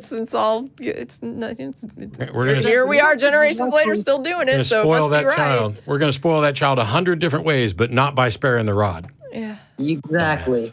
Wow. And there's also a fallacy of why I turned out just fine. That's actually a fallacy that was published in the New York Times. The fallacy I've turned out just fine. They haven't turned out just fine, and you know. Yeah, even if they did turn out just fine, that wouldn't prove that it was the right method. Right. It's like saying I flipped a coin to decide whether or not I should cross the street with a blindfold, and I survived. Right. But I would argue that you didn't turn out just fine because you learned the wrong lesson. Yeah, is what you learned. And it's almost like who would let's say that you could achieve the same result. One method being violent and brutal and cruel, and the other method being kind and understanding and compassionate. Like, why would you say, both methods work, but I just prefer the brutal cruelty and violence, right? So I'm going to go that route, right? My sister has dogs. And she loves her dogs, and she trains her dogs, and they're like well-trained dogs, right? Like she loves dogs. Yeah. When I was a kid, we had a dog, and my dad trained it by beating it, right? Yeah. Like the dog did something wrong, you beat it. If it, crapped in the wrong spot, you did vicious things. Hitting the nail on the head. Oh, you're picking up everything I'm throwing down. Yeah. Several arguments about, because they're all farmers. They all grew up on farms. Yeah. So it's very much. I need to close off my YouTube. I'm close off the YouTube and only do. Hold on here a minute. But I would just say, to borrow a religious phrase, God help a person that would ever lay a hand on one of her dogs. Exactly. That is not going to happen. That's not going to go down. If it's okay for you to beat your kids, can I do it when they're running around my table at the restaurant? Is that okay? If you're not going to do it, can I? That's just absurd. So. I wouldn't think so. I wouldn't think that it'd be all right just because, Because they view their kids as their property. Yeah, but I guess my point, though, is that if you can get the dog to not crap in the house by being kind to it and teaching it not to crap in the house, or you can get the dog to not by beating it and throwing it outside when it craps in the house. Then you're just lazy or violent. Yeah, I mean, just to say that I prefer the method that is like more brutal, to me, it's like, well, then you're a less humane individual. You're just like less human. Okay, whenever I pick the more humane option, let's say, okay, I'm walking with a 5-year-old. I said, okay, you're going to walk with me as a 5-year-old. You have to put a safety harness on. Oh my God, I'm a child abuser. I'm a pedophile. It's wrong. It's weird. No, I'm keeping this kid from running out in the street. I'm keeping this kid from running off. But if I'm not hollering and yelling at that kid and forcing respect out of that kid, but yet giving them the option to misbehave and punishing them for it, what's wrong with this preventing the whole situation? The mindset is with everything. Yeah, I'm still not sure how I feel with kids on leashes. I think it gives people a visceral negative feel because they associate it with an animal. Yeah. But I think that the reason we put these leashes on our animals is because we love them and we know that they don't understand street safety, which is just like a child, right? Like children are also don't understand street I would fully safety. acknowledge that a leash on a child and a harness on a child would be better than some other options. I'm just not necessarily convinced that it's the best, but I don't know. Yeah, but I mean that's my method, but it's certainly less brutal. Not to get off on a tangent on that, but that's just one example, or exactly with the animal training. Well, I'll give you a good example, right? So I have a friend. I've got a friend that got in trouble because they went into a garage where somebody was storing dynamite when they were 4 years old, and they thought it was a box of Lincoln Logs. So they were playing with the Lincoln Logs when Grandpa came home and got a beating for it. Now, what does Grandpa have dynamite in reach of a 4-year-old in the garage? Like, how is that? I'm not violent, and I don't really advocate for beating anybody, but if anybody in that scenario deserved a beating, it was Grandpa. Yeah, I mean, in a hyperbolic way, you're going, somebody beat some sense into Grandpa. You know, How but dare that you doesn't pick up work. that gun I left loaded on the counter? Yeah, I mean, where is the responsibility for the adult in this room to not expect a 4-year-old to obey? Don't go in there. You know, don't go in that room. How about put a lock on the door, Grandpa? There's dynamite in that garage. Where it belongs. Yeah. What if there was a lighter out there and the kid decided to set that Lincoln Log house on fire? Oh, hey, that little wick doesn't. Oh, that's cool watching that wick burn. Yeah. So anyway, I mean, people, they think that way, right? They engage in poor parenting and then they blame the child and get frustrated by the negative interaction. That led to the mishap. Let's blame a 4-year-old and just beat the kid instead of taking responsibility for being the person responsible for the 4-year-old's safety. Okay, It'd be nice if people would recognize that you can be the best parent in the world and your kids might still end up screwed up, but the shittier you are, the higher that likelihood increases. Yep. Yeah. Oh, yeah. I got 2 young cousins, and they're so indoctrinated in the church, and they like to act out the communion and everything. I just sit there watching. It's like, oh, no. Only my mom and dad know I'm an atheist. No one else in my family knows it. So I got to kind of walk that fine line, too. Yeah. We'll see if you So there's no easy answer for you. Sometimes somebody, you're never going to change their mind. Maybe somebody else will. Maybe somebody, but the thing is, you just keep engaging honestly, letting people know that, you value them and that you're, like I had a conversation with my mom at one point where I pointed out, it's not that I'm convinced what you believe is incorrect. I am just not convinced that it's correct. And I'm convinced that your reasons are bad enough that they don't warrant belief. You could maybe someday find a better reason, and that would convince me that what you believe is true. That helped a little bit. I remember one caller, and I don't know if this is useful or not, but we had a caller who was concerned because his dad was having some medical issues, and he was a faith healing believer and wouldn't go and get help. And this guy actually was able to help his father by introducing him to more liberal Christians who didn't have the faith healing beliefs. that then worked from within the framework of we believe in God and we believe the Bible, but we think you should see a doctor and so they were able to talk to him more on his level instead of as somebody making secular arguments. They were making like other religious arguments that softened his view and sort of got him to a doctor. What happens if the faith healing dude is more knowledgeable and ends up making more convincing bad arguments than the liberals who are making convincing bad arguments, and now you've got more faith healers? Yeah. That's why I prefer good arguments. Well, I do too, but at the same time, if your dad's going to die because he won't take his medicine, I mean, I can see, going to somebody that he'll listen to. Although, if he got better, now he gets another case. I'm shaking the TV behind us by jiggling my leg. I'm jiggling my leg. You sure it's not me? I don't know. One of us is doing it. Maybe it's combined. I just lost the call screen list. There we go. Okay. So we got, I think that's probably all we've got for that, Jacob, I guess. I do have one recommendation from the control room. They're saying to recommend Parenting Beyond Belief. So we actually have a secular show that deals with secular parenting. So just FYI, that's out there too. I think I'm going to start an organization that's similar to Parenting Beyond Belief that's about dealing with your parents. Okay. Yeah, that would be a good one because I believe Childing Beyond Belief. Offspringing Beyond Belief. Ooh, that's nice. How to deal with your religious parents. All right. Well, thank you, Jacob, and good luck. That's a tough one, and I'm sorry that you're stuck in that situation.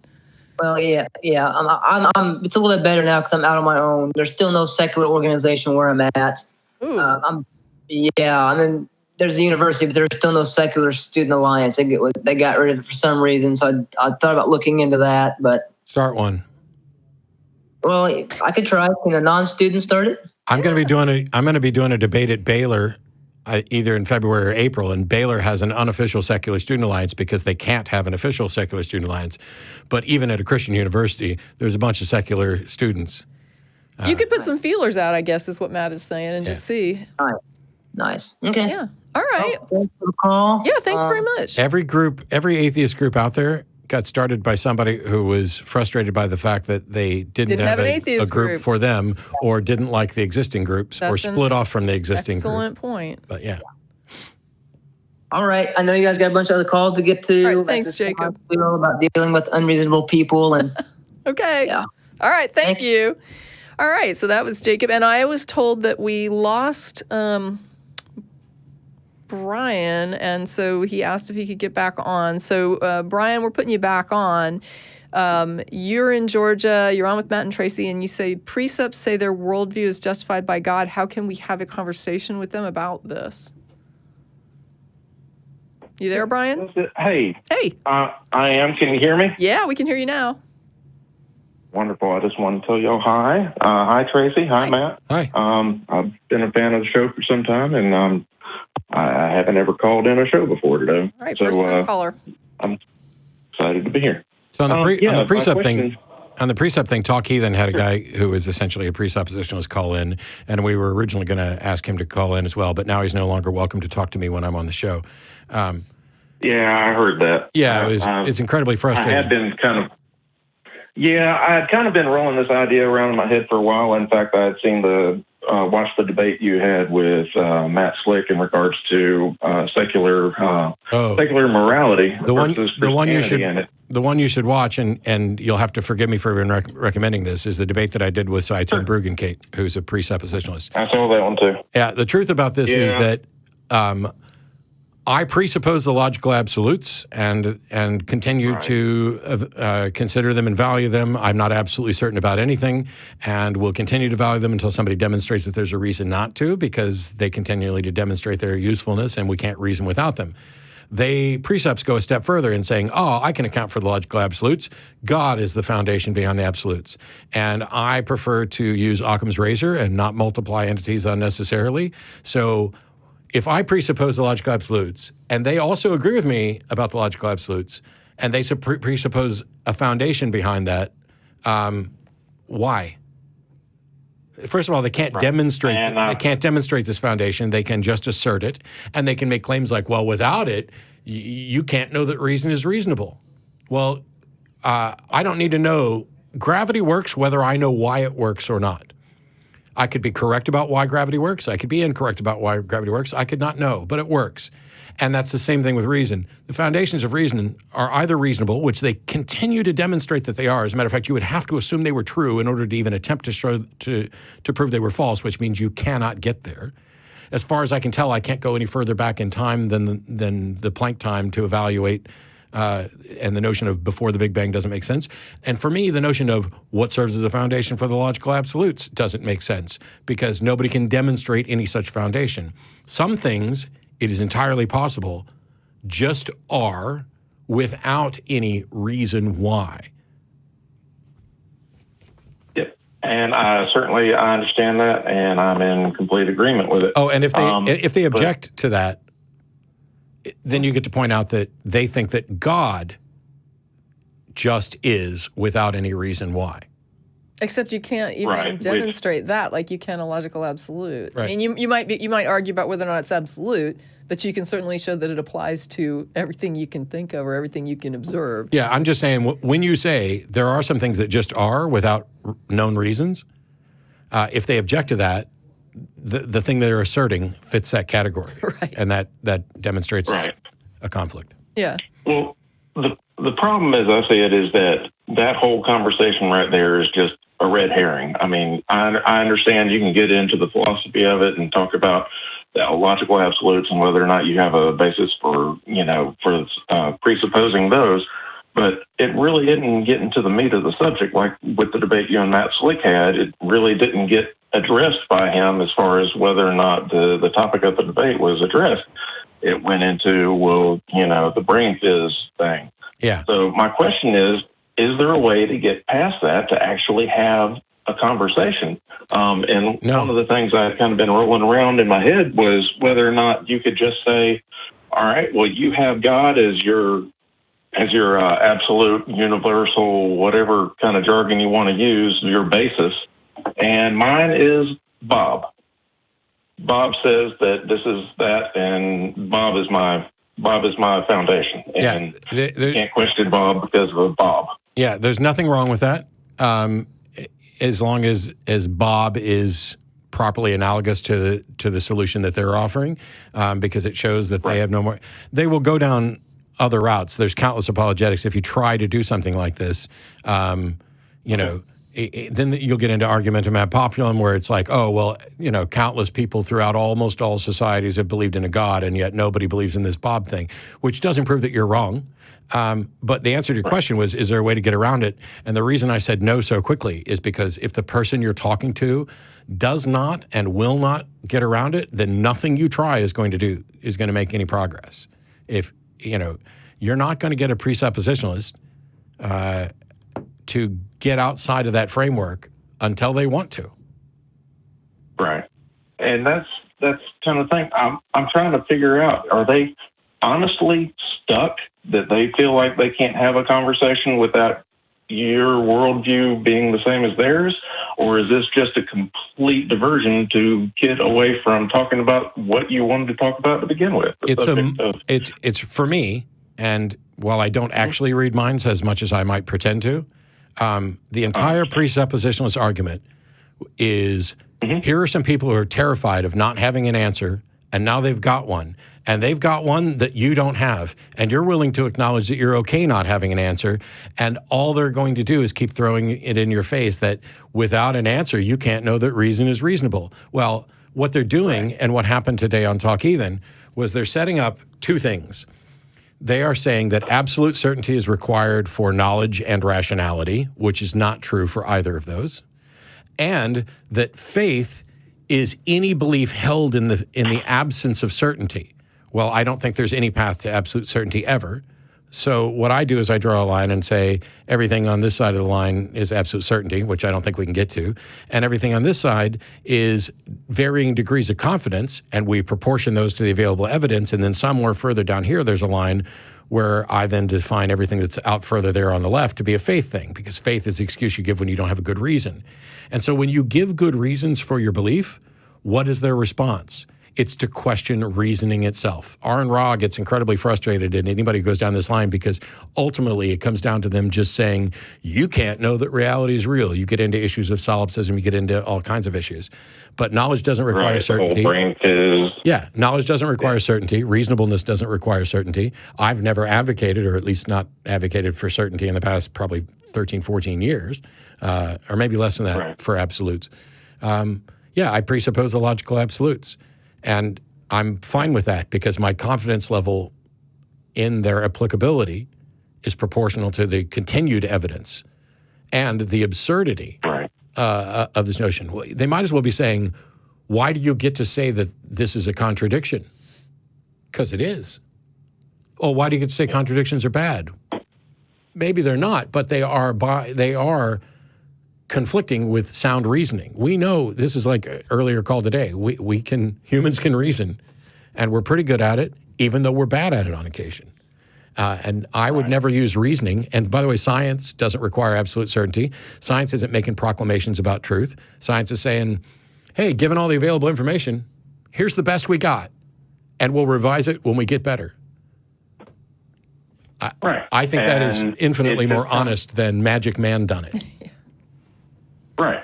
And it just kind of comes down to, what seems to work and what keeps working. I don't feel like I have to have a logical, a foundation for all this to know that this water bottle is going to carry water and I can drink out of it. And I keep doing that and it keeps on working. Yeah, I mean, I use the example of crossing a busy street and either using the data that you have based on your observations of vehicles coming or ignoring that data, and whether you believe that the outcomes in trying to cross the street would be the same, or if you think there would be better outcomes predicted based on observing the traffic and actually conforming to that as evidence that it's not safe to cross. Am I absolutely certain that there's not an invisible, inaudible bus heading at me at 60 miles an hour? No, because I'm not absolutely certain of anything. But I'm reasonably confident that I have no reason to believe that there is an invisible, inaudible bus coming at me, or that one even exists, or anything like that. Am I taking it on faith that there's not an invisible, inaudible bus? Well, I guess it depends on your definition of faith. But if you want to call it faith, I don't think whatever faith I might exercise in not thinking there's an invisible, inaudible bus coming at me is fundamentally different from the people who are using faith to say, there's this magical being that exists outside and inside of space and time, and he cares who I sleep with. Yeah. And I don't think that's the definition of faith that we're talking about as far as whether or not you trust your senses to go across the street and not get hit by an invisible bus that you couldn't see. I don't think that's the same kind of faith as what people are talking about when they're talking about their faith in God or any sort of religious stuff. And unfortunately, I think that the caller earlier, Talk Heathen, fake name, he calls and seems like the only thing he wants to do is have somebody say, I have to use faith for this. Yeah. In the same way that we're talking about crossing the street. He wants to get those guys to say that they are exercising faith, because then he gets to say, well, so am I, and you don't get to poo-poo my faith because you're faith. But here's the thing. I've driven in a car and looked to my right or looked to my left and checked my mirror and saw no car and started to move over into that lane and then saw a car. Now, was it in my blind spot? Because I know I have one. We can demonstrate that. Was I just not paying attention? Did I not move my head around enough? Or was that car actually invisible? And so when I evaluate these things, I'm going to assign a rough probability to them. And it's probably that I wasn't paying enough attention and did not properly check my surroundings. It's less likely that a car was invisible and became visible right as I was getting ready to move into that lane. Yes. Yeah. And I certainly understand that. The problem, I think, with the word faith is that it's kind of slippery and that it doesn't always mean the same thing to different people. And I like that you often use confidence in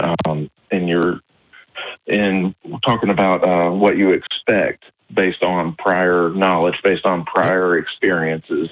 And the only answer, keep on holding water. The only response that precepts can do is to say, well, how can you trust your senses? How can you trust the prior information? And the answer that Tracie and I would both give is, what other choice do I have? Yeah, what am I going to go on if I can't go on that? How do I proceed at all? Yeah. Why should I not trust the thing that is the only thing I can demonstrate? Yeah. But and that's what I'm trying to point out with the absurdity of Bob. Bob tells me, I don't trust myself. I trust what Bob tells me. And Bob tells me that this is true and that's not, and that you can't have a worldview in which you can trust your senses or know that that's this, except for if you also believe in Bob. It may be good for making a point. My biggest objection to it is that I don't believe, Brian, that you actually believe in Bob. I think you're offering it up. And so I think that any precept that you're arguing with is going to say, well, you don't actually believe in Bob. And I don't know if this is correct or not, but I mean, not question Bob. The first thing I would think of, like as a Christian in the past, is that I would probably end up saying, how is Bob just not another label for my God? Yeah. Right. Well, Bob doesn't like your God. Yep. Yeah, but that's it's like. The question is whether or not this person wants to actually have a conversation in regard to, epistemology, in regards to religion or apologetics, or if this is just their shtick and they just want to just throw this out there and that's it. I think most apologetics is just about getting the heat off. I mean, in my opinion, most apologetics is about how can I just get the heat off. I can tell you the one thing I've done consistently over many years in many debates that absolutely, it's from Christians in particular and from theists in general, the biggest complaint that they have about me is Matt just keeps moving the burden of proof on us. Matt doesn't want to adopt any burden of proof for his beliefs. Well, no, that's not true. Right. If I tell you what I believe, I'm happy to defend it, and you'll either agree or you won't agree. But when it comes to this God thing, atheism is not, I believe there are no gods. That's within the realm of atheism. It is, I am not convinced that you are correct, that there is a God. And my being unconvinced is not a position I need to defend. If I say that your argument is fallacious, that's a claim. I have to actually defend that. If I say that your God doesn't exist, I would have to deal with that as well and demonstrate that. But if I say your argument is unconvincing and here's why it's unconvincing, I've met every burden of proof I need to. And as a matter of fact, Richard Carey wrote an article which I disagree with on a couple of fine points, but overall I'm probably on board, in that atheism either can't be viewed as something that has a burden of proof to meet, or it already has, in much the way that the disbelief in invisible, inaudible buses has already met its burden of proof, in that it is warranted to not believe this because there isn't sufficient evidence for it. Right. Sorry, I forgot what I was going to say next. Oh, yeah, the thing I thought you were going to come up with was that people get frustrated about saying, I don't know. And it's like, well, if you don't have an answer for this, then my answer stands, which is obviously not true either. Yeah, it's fine to tell people you don't know either. Yeah, right. I don't know, but you're convinced that you do know. Yeah, so I'd like to know why you know, how you know. Right. And I know because of, Bob. Okay. It's ridiculous. And it just frustrates because you go through this argument again and again and again, and it's like we're not even getting to the meat and potatoes here. You just want to hash this out, and there's no answer for it, because at the end of the day, we're all going to have to presuppose reason, and that's what we're stuck with. As far as I can tell. All right. Well, Brian, thanks a lot, Brian. Yeah, we're going to have to let you go, but thanks for your call. Well, the call screener was very helpful. She was very nice, and she got me back on after the call got dropped. And that's what they let us know. Okay, yeah, totally.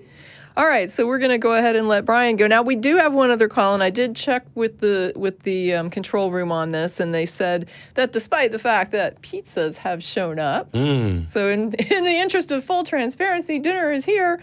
But I did ask, do we want to go ahead with this final call? And they said, yes, let's go ahead and take this call. So we'll go ahead and we will get with Mohammed in Berlin, who wants us to know that asking for evidence for God is a fallacy. And I preemptively just addressed this a little bit, but what's the point here, Mohammed? Welcome to the show. Oh, yeah. Hi. I understand it's getting very late. Guys, you're doing great. I can't hear you. He's very quiet. Can the control room do anything about that? Hello? Hey, there you are. That's better. Oh. Hi. Thank you very much for getting me on the call, and you guys are doing an amazing job, and I know it's getting late for you as well. I will get to the... So it says here that atheists asking for evidence of God is a fallacy. Which fallacy is that?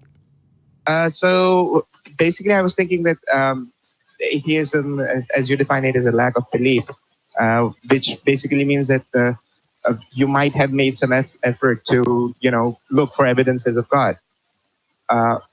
Is it so? So atheism is I'm not convinced that there's a God. It may also be I'm convinced there is no God. It may depend on the God as to whether you take a strong or weak stance. But in either of those cases, if someone is saying a God exists, how is asking for evidence for that claim a fallacy? Right. Because religions are basically a belief system. And if you are asking for like evidence of God and that is given to you, then what's the belief? I mean, that is then known to you, isn't it? Okay, so religions are belief systems, but the claim there is a God is a claim about something that exists. Yeah, exactly. So how is it ever a fallacy to ask for evidence for a claim that something exists? Right. So there won't be evidence of God that you might find, but you might find signs that might be like... You're not even coming close. So somebody says X exists, and I say, give me evidence that X exists. How am I committing a fallacy? You're not. It's absolutely right that for okay. Your entire topic here was atheists asking for evidence of God is a fallacy. Did the call screener get it wrong, or did you? No. I did put it that way because you see, religion systems are belief systems. When it comes to belief systems, then asking for these kind of things are not right. No. I have plenty of beliefs, and they're based on evidence. A belief belief is just merely being convinced that something is true or likely true, right? Is true or likely true? Yeah, definitely, sure. Yeah, but it's probably not from based on evidence. Bullshit. Almost I would like for everything that I believe, everything that I am convinced of, I would like for that to be based on evidence. If somebody shows me something that I believe that's not based on evidence, I'm either going to have to acknowledge, like in the case of the logical absolutes, that this is something I presuppose, although there are evidence that those things are true, there's just not evidence that they're absolutely uniformly true at all times in all places. That's different because we don't have exhaustive knowledge. But my position is that they're true and reliable until somebody demonstrates otherwise. Every other belief I have should be based on evidence. What belief could someone reasonably think is true in the absence of evidence that it's true?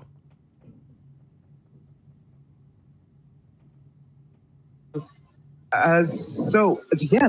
you see signs of the claim, that's called evidence. Oh, okay. Actually, when I went to talk to many of these atheists and everything, they put the evidence for the existence of God. Right. So, for example, if I see signs of deer in my backyard, I might not see a deer, but if I see deer tracks and deer poop, those are signs that deer are that are going through my backyard at some point. There might not be deer there right now, but I know that there are deer and they are going through my backyard at some point. And if Tracie tells me that she's had deer in her backyard and I say, what's the evidence? And she shows me the tracks and the poop, right. Now I have evidence. Yeah, you're very right. That there has to be something verifiable, testable, that leads to, by induction or something. Well, sure. Yes, okay. That's evidence. I believe that induction is not, considered for atheists as a reliable method to say that. No. It's not for atheists. Deductive reasoning is such that the premises necessarily lead to a true premises necessarily lead to a true conclusion, and inductive inferences are that this isn't. It doesn't matter whether you're an atheist or not as to whether or not this is reliable, and so this is about whether or not the conclusion is consistent with that. So inference and induction, we live our lives by that. They're pretty damn reliable. They're just not absolutely reliable in the way a deductive argument would be. But it doesn't matter. It's not like atheists have a different view of inductive arguments than non-atheists. But, okay, so, No, so no. I'm confused at what the point is because you started off with this. So let me see if we agree. I think so, because my point was that there might not be like absolute evidence of existence of God, but there has to be like signs. Okay, well, that lead to it. Well, okay, but here's a problem. Remember the example I gave of the deer, where I said there's deer tracks and deer poop, right? And that's a sign that a deer has gone through the yard. The problem with that, it's not a problem. My example is not a problem, but the reason it's different than a God is that we know what deer tracks look like, and we know what deer poop is. Like, you can follow deer around and see them poop and see them leave tracks and know that when you see that track, it's a deer track. Now, if me... I could have gone and picked up deer poop and scattered it all over Tracie's yard and then stamped But with some here's deer the thing, though. If me and Matt were astronauts and we went to another planet and we found some kind of weird stuff on the planet that kind of reminded us of animal tracks. But, if it didn't, you know what I mean? We wouldn't know what it was because we're not familiar with that planet. So we would see something and we might actually be able to say, it kind of resembles tracks. This looks like the same type of thing as an animal track on Earth, but I don't know what it is. Yeah, we wouldn't have... Right? We couldn't conclude that it was necessarily a track of a living being, Right. or which living being it was. Or what on that planet might make something that looks like a track that may or may not be anything alive. So is there any belief that would be justified for someone to hold without evidence that warrants that belief? There would be any belief. It depends on what belief are we talking about. For instance, So is your position that God exists, but we don't have evidence for that? Oh yeah, definitely. So you are convinced? Then you know that God exists. Then you don't have any belief. It's like saying, No. Stop. Pause. Let's be careful with this because I don't want language barriers to get in the way of this. Okay. Is it your position that God exists? I believe that God exists. Yes. Okay, so So it is your position that God exists. That's all belief means. Belief just means you are convinced that the claim is true. Are you convinced that God exists is a true claim? I have 100% belief, but No. I didn't ask about confidence level. I don't need 100% of anything. Are you convinced that a God exists?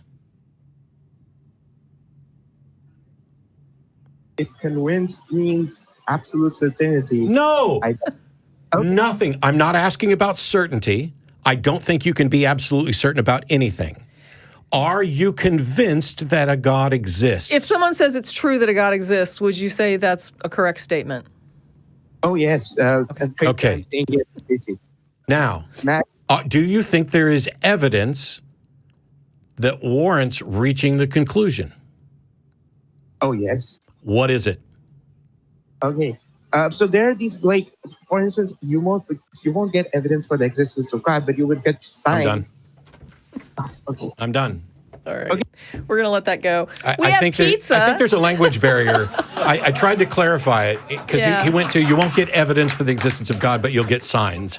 And all I was pointing to is that, you're just putting a different label on something, but we're not going to get any further today. All right. Today. We have pizza. Yes. Thanks, Mohammed, for the final call. Just a shout out to you there because we kind of cut that off. I cut that off. But all right, pizza time. And thank you to everybody for watching. Thank you to our viewers on the live stream and people that subscribed. And thank you to the crew and to everybody. Look at that. There's the good people that make it happen who sat there like in their new chair. Yeah, in the new chair from Bob Newhouse, right? It was the name. I hope I got it right. I knew it was Newhouse.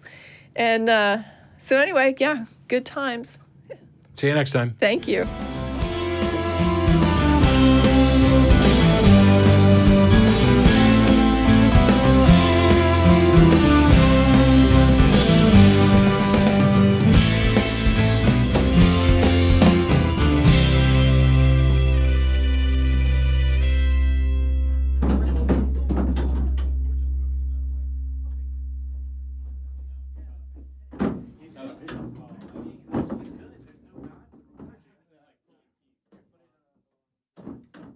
Are you tired of uncomfortable, noisy chairs?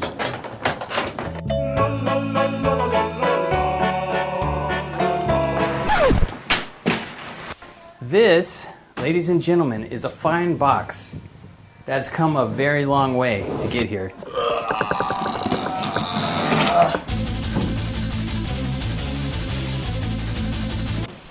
Vern is now unveiling.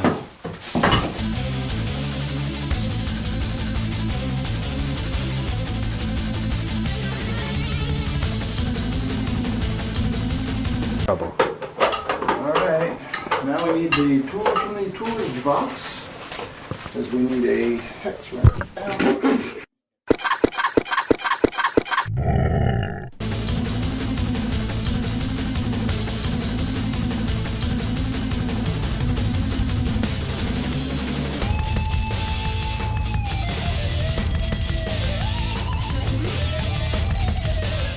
This is for the after the show, and you're like, oh, what a show.